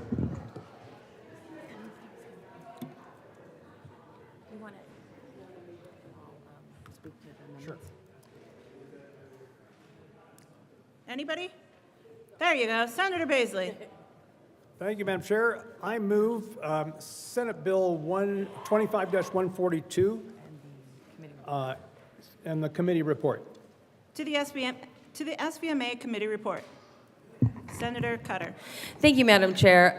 So Senator Baisley was working on amendments to a bill that I had worked on a few years ago to create a wildland urban interface code board, and kindly came and talked to me, and we ended up working a little bit more, doing a little bit more stakeholding, and coming to a resolution that differed from his original approach. And what that did, but we worked with all the stakeholders and everyone's happy, and what we did is we extended the time that the board has to adopt fire codes that meet or exceed the codes adopted by the board, extending them to 9 months, which is what was giving everyone some grace and some time to do that. And then we clarified that a governing body can enter into a cooperative agreement with any other entity, including a third-party contractor or another governing body, to enforce the new code, because that had been unclear in statute before. So everyone's happy, and we urge your support of that. The motion is the adoption of the State Veterans and Military Affairs Committee report to Senate Bill 142. All those in favor say aye. Aye. All those opposed, no. The ayes have it. Committee report is adopted. To the bill, Senator Cutter. That's the bill. Go ahead. Beasley. Thank you, Mr. Chairman. Yeah, let me just add, I very much appreciate the good senator from Jefferson County who kind of took control over this bill. And so it was brought to me by county commissioners. Senator Cutter had quite a bit of expertise in the area. So it made sense to just kind of step aside and let her do what she does great, and she did, and I deeply appreciate it. And we have a successful bill that has been wonderfully stakeholdered with county commissioners across the state. So I urge an aye vote on this bill. Seeing no further discussion, was that a discussion, Senator Cutter? No. Seeing no further discussion, the motion before the body is the adoption of Senate Bill 142. All those in favor say aye. Aye. All those opposed, no. The ayes have it. Senate Bill 142 is adopted. We were up here having a love fest. They better all. Mr. Schaffler, will you please read the title to Senate Bill 285? Senate Bill 285 by Senator Robertson and Representative Lukens concerning updating the fee schedule for the fees paid by retail food establishments. Senatorial 5.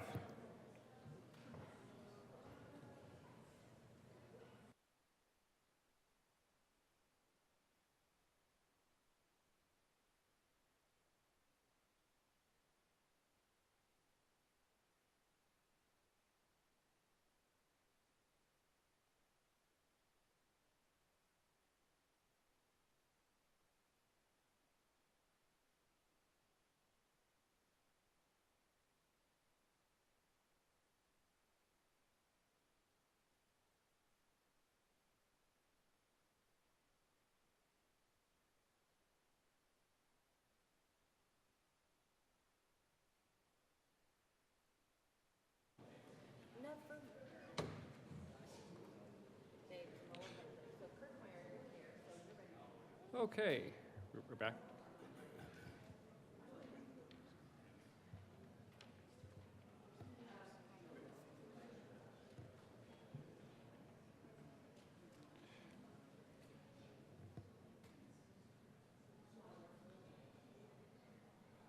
All right, colleagues, we are back and we are on Senate Bill 285. The title has already been read.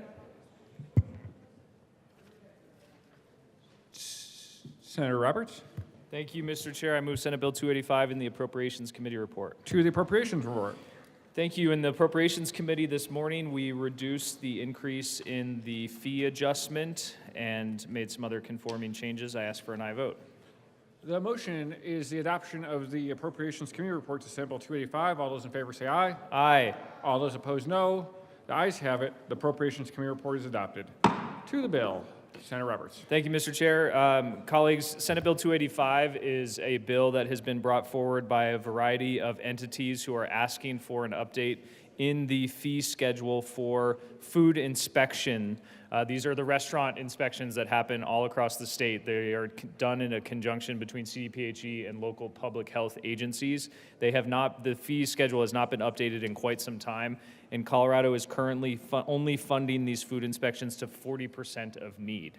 This is a very serious and important public health issue. The Restaurant Association is in strong support of this bill, which does increase fees on restaurants because they don't want people to get sick at restaurants. That causes incredible damage to the industry as a whole, and they are willing to be a part of the solution to make sure that Coloradans are kept safe and can go safely visit our great restaurants across the state. I ask for an aye vote.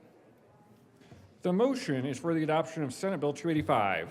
All those in favor say aye. All those opposed, no. The ayes have it. Senate Bill 285 is adopted.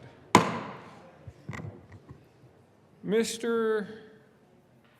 Schaffler, will you please read the title to Senate Bill 290? Senate Bill 290 by Senators Mullica and Kirkmeyer and Representative Byrd concerning the creation of the Provider Stabilization Fund within the Colorado Healthcare Affordability and Sustainability Enterprise to make provider stabilization payments to eligible safety net providers that serve low-income uninsured populations in the state, and in connection therewith maximizing federal funds to support the operations of the enterprise. Senator Mullica. Thank you, Mr. Chair. I move Senate Bill 290 in the Finance and Appropriations Committee report. To the Finance report. Thank you, Mr. Chair. In the Finance Committee report, we made several changes to the bill. One of the big ones is making sure that this is a loan and have that, and that's the big change that we made. I would ask for a yes vote. The motion is the adoption of the Finance Committee report to Senate Bill 290. All those in favor say aye. Aye. All those opposed, no. The ayes have it. The Finance Committee report is adopted. To the Appropriations Committee report, Senator Mullica. Thank you, Mr. Chair. Appropriations Committee appropriated the money. The motion is the adoption of the Appropriations Committee report. All those in favor say aye. Aye. All those opposed, no. The ayes have it. The Appropriations Committee report is adopted. To the bill. Go ahead. Senator Mullica. Thank you, Mr. Chair. Members, this is a really good bill. It's probably one of the more consequential bills that you will hear this session.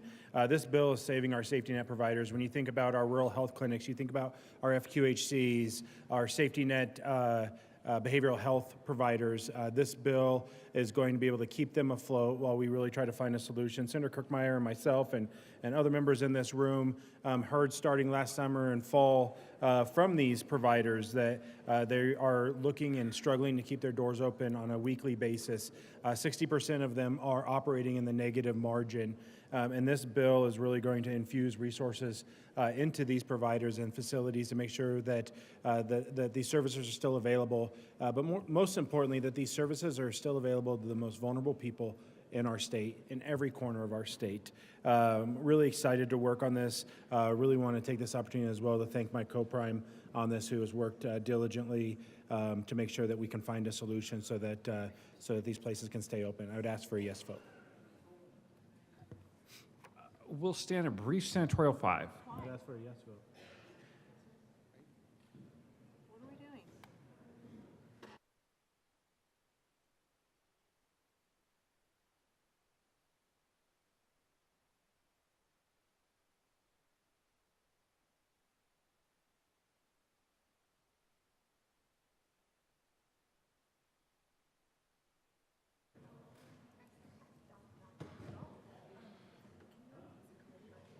Senate is back. The motion is before the body at this time is the adoption of Senate Bill 290. All those in favor say aye. Aye. All those opposed, no.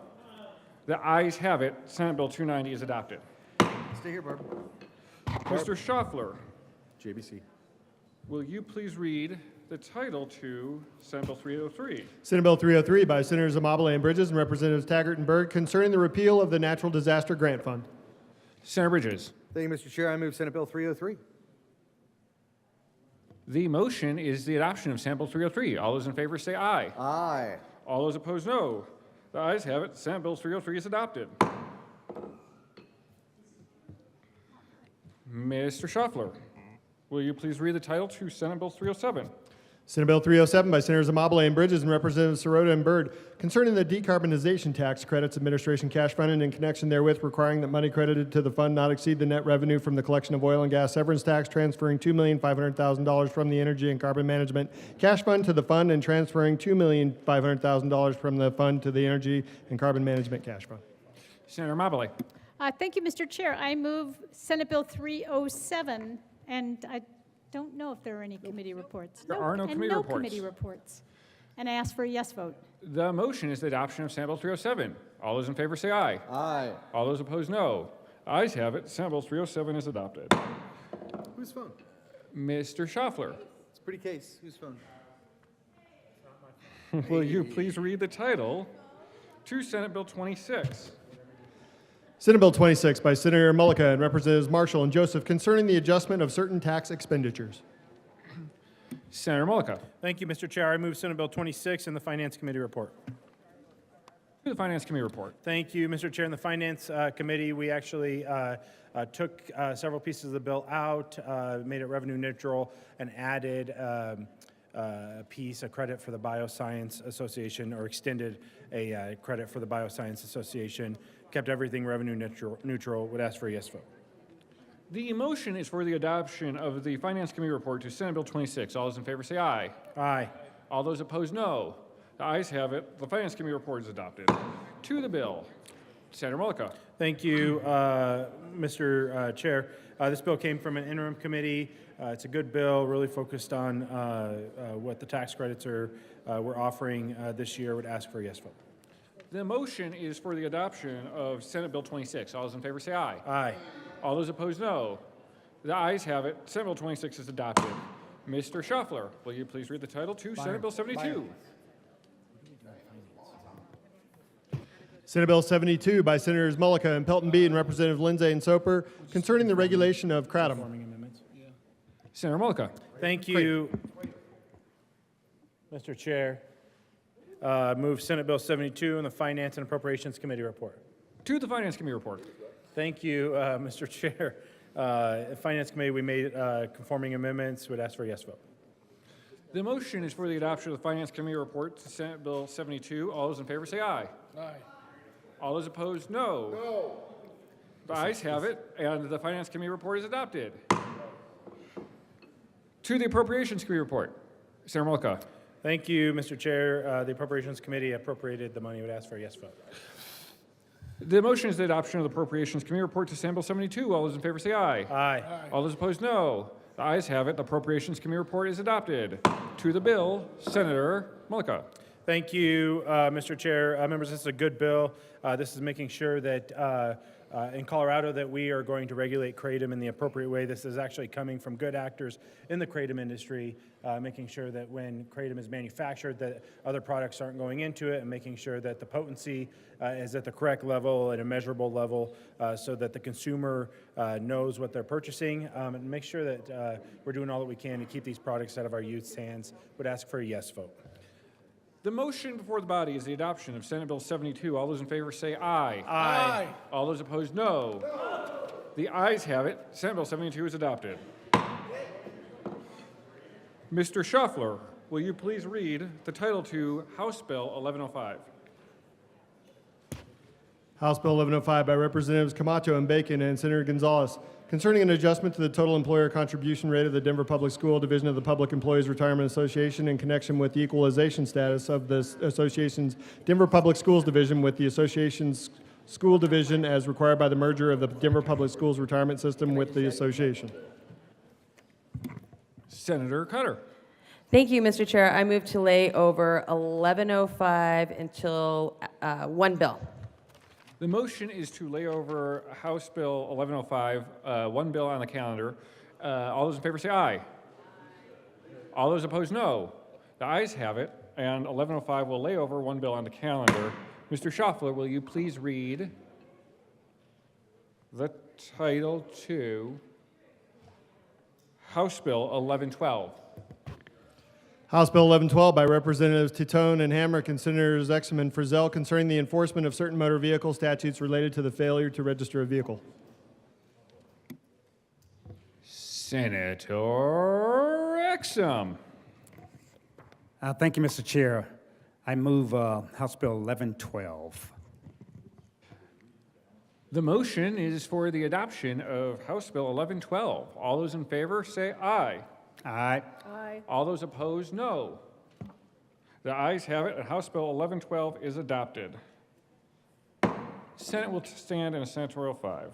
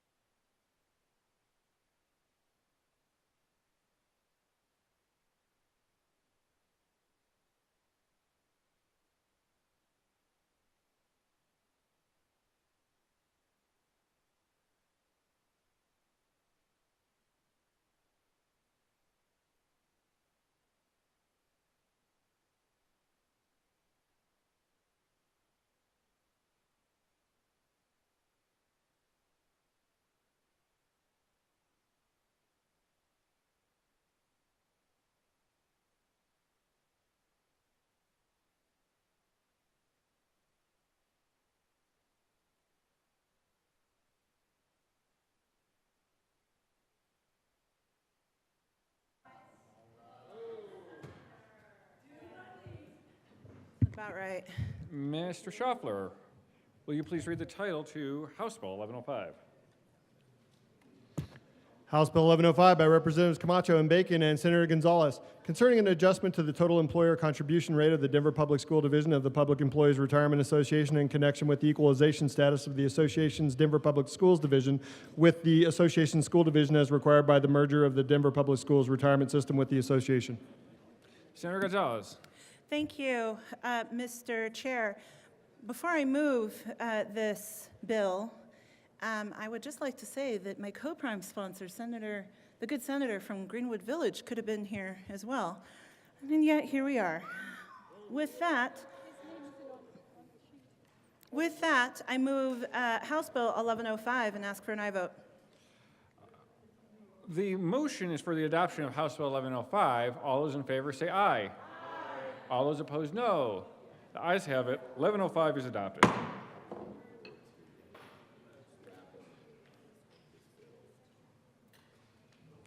Senator Cutter.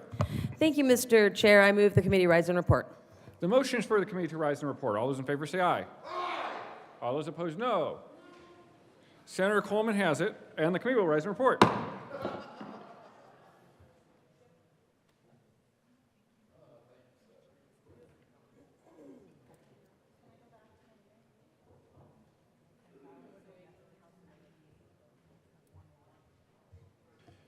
Senate will come to order. Senator Henriksen. Thank you, Mr. President. Your committee of the whole has met and had a number of bills under consideration. Mr. Schaffler, will you please read the report? April 25th, 2025. Mr. President, your committee of the whole begs leave to report it has had under consideration the following attached bills, being the second reading thereof, and makes the following recommendations thereon. Senate Bill 118 as amended, Senate Bill 301 as amended, Senate Bill 299 as amended, Senate Bill 142 as amended, Senate Bill 285 as amended, Senate Bill 290 as amended, Senate Bill 303, Senate Bill 307, Senate Bill 26 as amended, Senate Bill 72 as amended, passed on second reading and ordered engrossed and placed in the calendar for third reading and final passage. House Bill 1112, House Bill 1105, passed on second reading and ordered revised and placed on the calendar for third reading and final passage. Senator Henriksen. Thank you, Mr. President. I move for the adoption of the committee of the whole report. The motion is the adoption of the committee of the whole report. Are there any no votes? With a vote of 35 ayes, 0 noes, 0 absent, 0 excused, the committee of the whole report is adopted. Senate Bill 118 is amended, 301 is amended, 299 is amended, 142 is amended, 285 is amended, 290 is amended, 303, 307, 26 is amended, 72 is amended, passed the second reading, order of gross place count of third reading and final passage. House Bills 1112 and 1105, passed second reading, order of revised place count of third reading and final passage. Consideration of House amendments to Senate bills. Mr. Schaffler, please read the title to Senate Bill 145. Senate Bill 145 by Senator Kipp and Representatives Lindsay and Zakai concerning the right of a consumer to cancel automatic renewal contracts online. Senator Kipp. Thank you. I move that we concur with the House. Sorry. All good. Any discussion, Senator Kipp? Yeah, all they did in the House is they changed like the word individual to person, and they also added a petition clause. Very I good. ask for an aye vote. Very good. Motion is that the Senate concur with the House amendments to Senate Bill 145. Are there any no votes? With a vote of 35 ayes, 0 noes, 0 absent, 0 excused, that motion is adopted. Senator Kipp. Repassage. Thank you, Mr. President. I move for the repassage of Senate Bill 145. Any discussion? Seeing none, the motion is repassage to Senate Bill 145. Are there any no votes? Senators Pelton B., Bright, Carson, Baisley, Frizzell. Any other no votes so that we don't have to move to reconsider? Is there anyone here that should be here that is not here? Does a minority leader wish to vote no on 145? Where is the minority leader? Okay, good. I just want to make sure. No more reconsiderations. All right. With a vote of 30 ayes, 5 noes, 0 absent, 0 excused, Senate Bill 145 is repassed. Co-sponsors. Mr. Schaffler, please read the title of Senate Bill 70.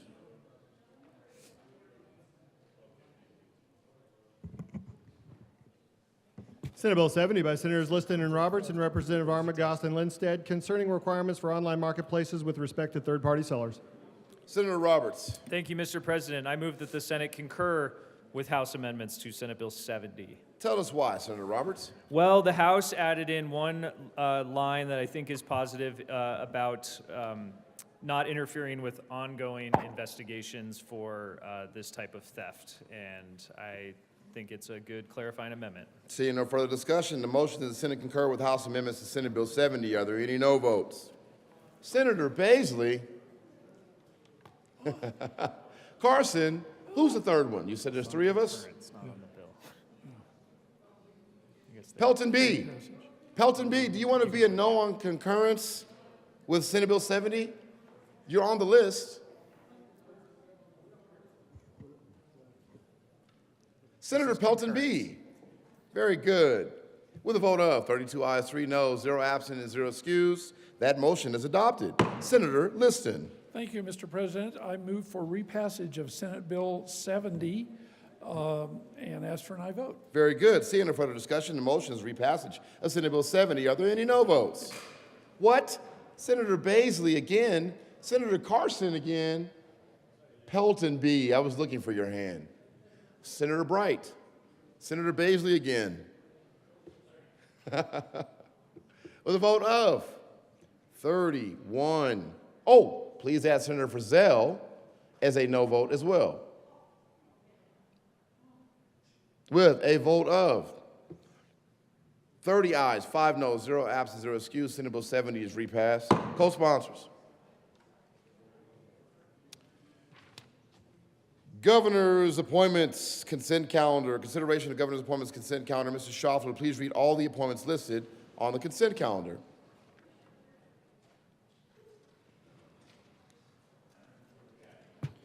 Members of the Pinnacle Assurance Board of Directors for terms expiring January 1st, 2030. Acacia Absher of Denver, Colorado to serve as an employer whose liability is insured by Pinnacle reappointed. Angela Oakley of Centennial, Colorado to serve as an employer whose liability is insured by Pinnacle reappointed.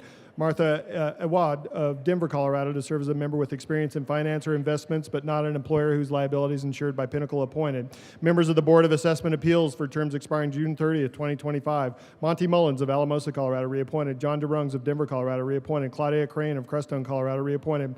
Diane DeVries of Wheat Ridge, Colorado reappointed. Jess Ketchum of Pagosa Springs, Colorado reappointed. Jeb Marsh of Dillon, Colorado reappointed. Consent calendar. Page 4. Sorry, I'm busy freaking out over here. Majority Leader Rodriguez. Thank you, Mr. President. I move for the appointment of all the appointments on the consideration of governor's appointments consent calendar, which is Akasha Ashburr of Denver, Angela Oakley of Centennial, Martha Awad of Denver for the Pinnacle Assurance Board of Directors, Monte Mullins of Alamosa, John DeRungs of Denver, Claudia Crane of Crestone, Diane DeVries of Wheat Ridge, Jess Ketchum of Pagosa Springs, Jeb March of Dillon for the Board of Assessment and Appeals. Any discussion? Seeing none. The motion is the confirmation of all the appointments on the consent calendar. Are there any no votes on the consent calendar? With a vote of 35 ayes, 0 noes, 0 absent, 0 excused, those appointments are confirmed. Message from the governor. Honorable members of the Colorado Senate, pursuant to the authority vested in the office of the governor of the state of Colorado, I have the honor to inform you that I have approved and filed with the Secretary of State the following acts. Senate Bill 129, legally protected healthcare activity protections, approved on Thursday, April 24, 2025 at 1:40 p.m. Senate Bill 183, coverage for pregnancy-related services, approved on Thursday, April 24, 2025 at 1:45 p.m. Senate Bill 252, repealed Radiation Advisory Committee, approved on Thursday, April 24th at 3 p.m. Senate Bill 222, repeal proficiency tests administered by schools, approved on Thursday, April 24th, 2025 at 3 p.m. Senate Bill 246, eliminate gray and black market marijuana grant program, approved on Thursday, April 24, 2025 at 3 p.m. Senate Bill 250, repeal disorder eating prevention program, approved on Thursday, April 24, 2025 at 3 p.m. Senate Bill 216, eliminate reprinting of education laws, approved on Thursday, April 24, 2025 at 3 p.m. Senate Bill 217, repeal computer science education grant program, approved on Thursday, April 24, 2025 at 3 p.m. Senate Bill 255, transfer to hazardous substance response fund, approved on Thursday, April 24, 2025 at 3 p.m. Senate Bill 231, repeal Inclusive Higher Education Act, approved on Thursday, April 24, 2025 at 3 p.m. Senate Bill 232, repeal recovery-friendly workplace program, approved on Thursday, April 24, 2025 at 3 p.m. Senate Bill 256, funds for supportive digital trunked radio system, approved on Thursday, April 24, 2025 at 3 p.m. Senate Bill 266, repeal statutory appropriation requirements, approved Thursday, April 24, 2025 at 3 p.m. Sincerely, Jared Polis, Governor. Mr. Majority Leader. Yes. There's a layover balance of the calendar. Thank you, Mr. President. I move that we lay over the balance of the calendar until Monday, April the 28th. Until when? Monday, April the 28th. The motion is able to balance the calendar to Monday, April 28th. All those in favor say aye. Opposed, no. The ayes have it. The balance of the calendar will lay over until Monday, April 28th. Announcements. Senadora Gonzalez.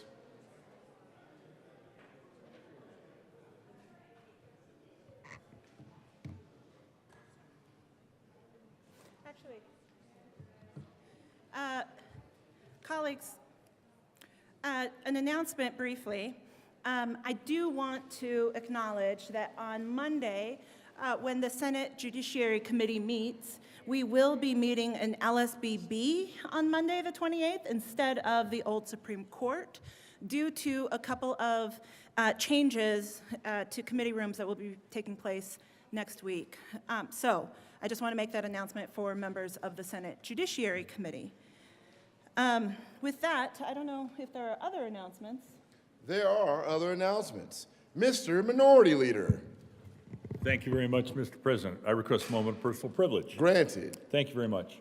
As we're wrapping up the work day here today, it appears as though we will not be working on the floor of the Senate tomorrow, but I want to call out the fact that it is spring in Colorado, which means that the farms and ranches of Colorado require a significant amount of spring field work.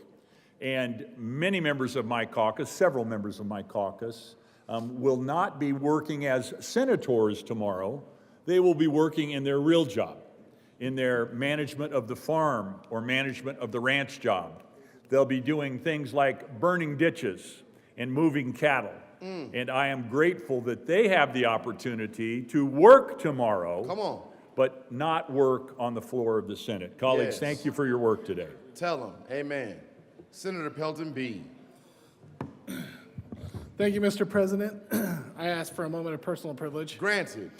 Thank you. I just wanted to take this moment real quick to say thank you to the folks in here for what happened on the earlier today with the override. I have a mother and a father in my district who lost their child to some of the social media harms. And right now, I just wanted to read to you what happened in what's going on in New York.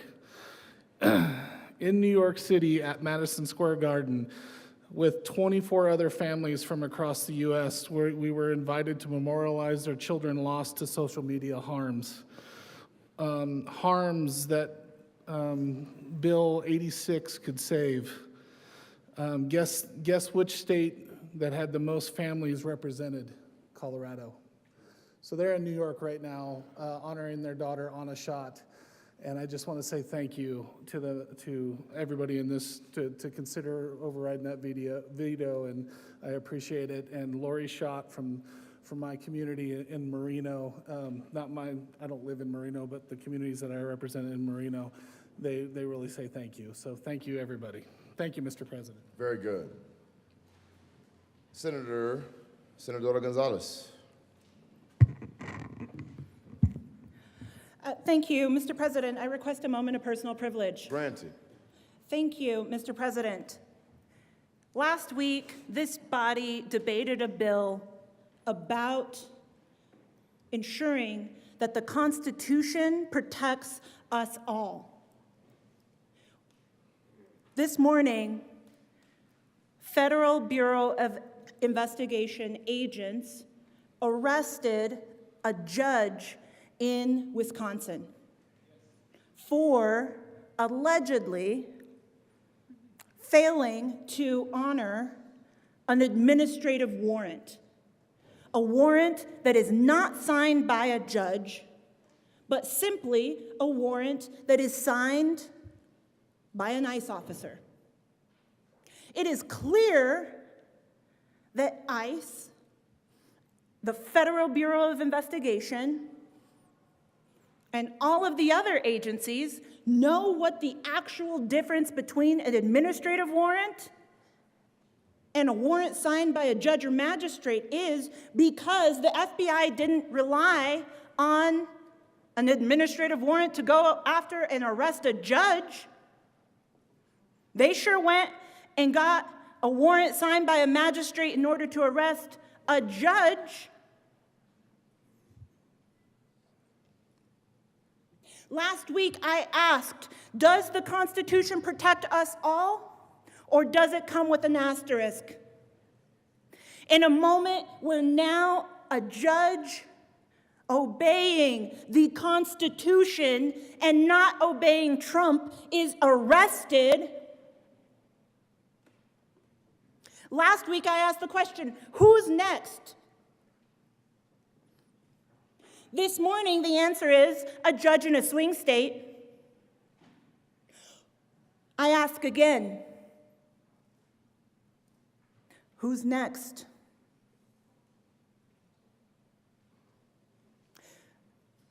A week ago, the good senator from Aurora spoke powerfully about the fear that is being driven into international students who come to Colorado from around the world in order to partake in our incredible education system. And the Trump administration, with no explanation, no due process whatsoever, revoked those visas. Coloradans sued, and this morning comes the announcement that suddenly the Trump administration is reversing course, reinstating those visas for those international students. I ask you again, who is next? Y'all, if this does not freak you out, if this does not send shivers down your spine, I ask you again to read the Constitution, because there are no asterisks. The Constitution is meant to protect us all. And I'd like to extend my appreciation to that judge in Wisconsin who had the courage to read the document that ICE waved around and to be able to tell the difference between an administrative warrant, not focused, not with no way of judicial process behind it, and an actual warrant signed by a judge. It is clear from the actions this morning that the FBI also knows what the difference between those two documents are, because they made damn sure to go get a magistrate to sign that before they arrested her. I close in asking again, who is next? How dare we? Thank you, Mr. President.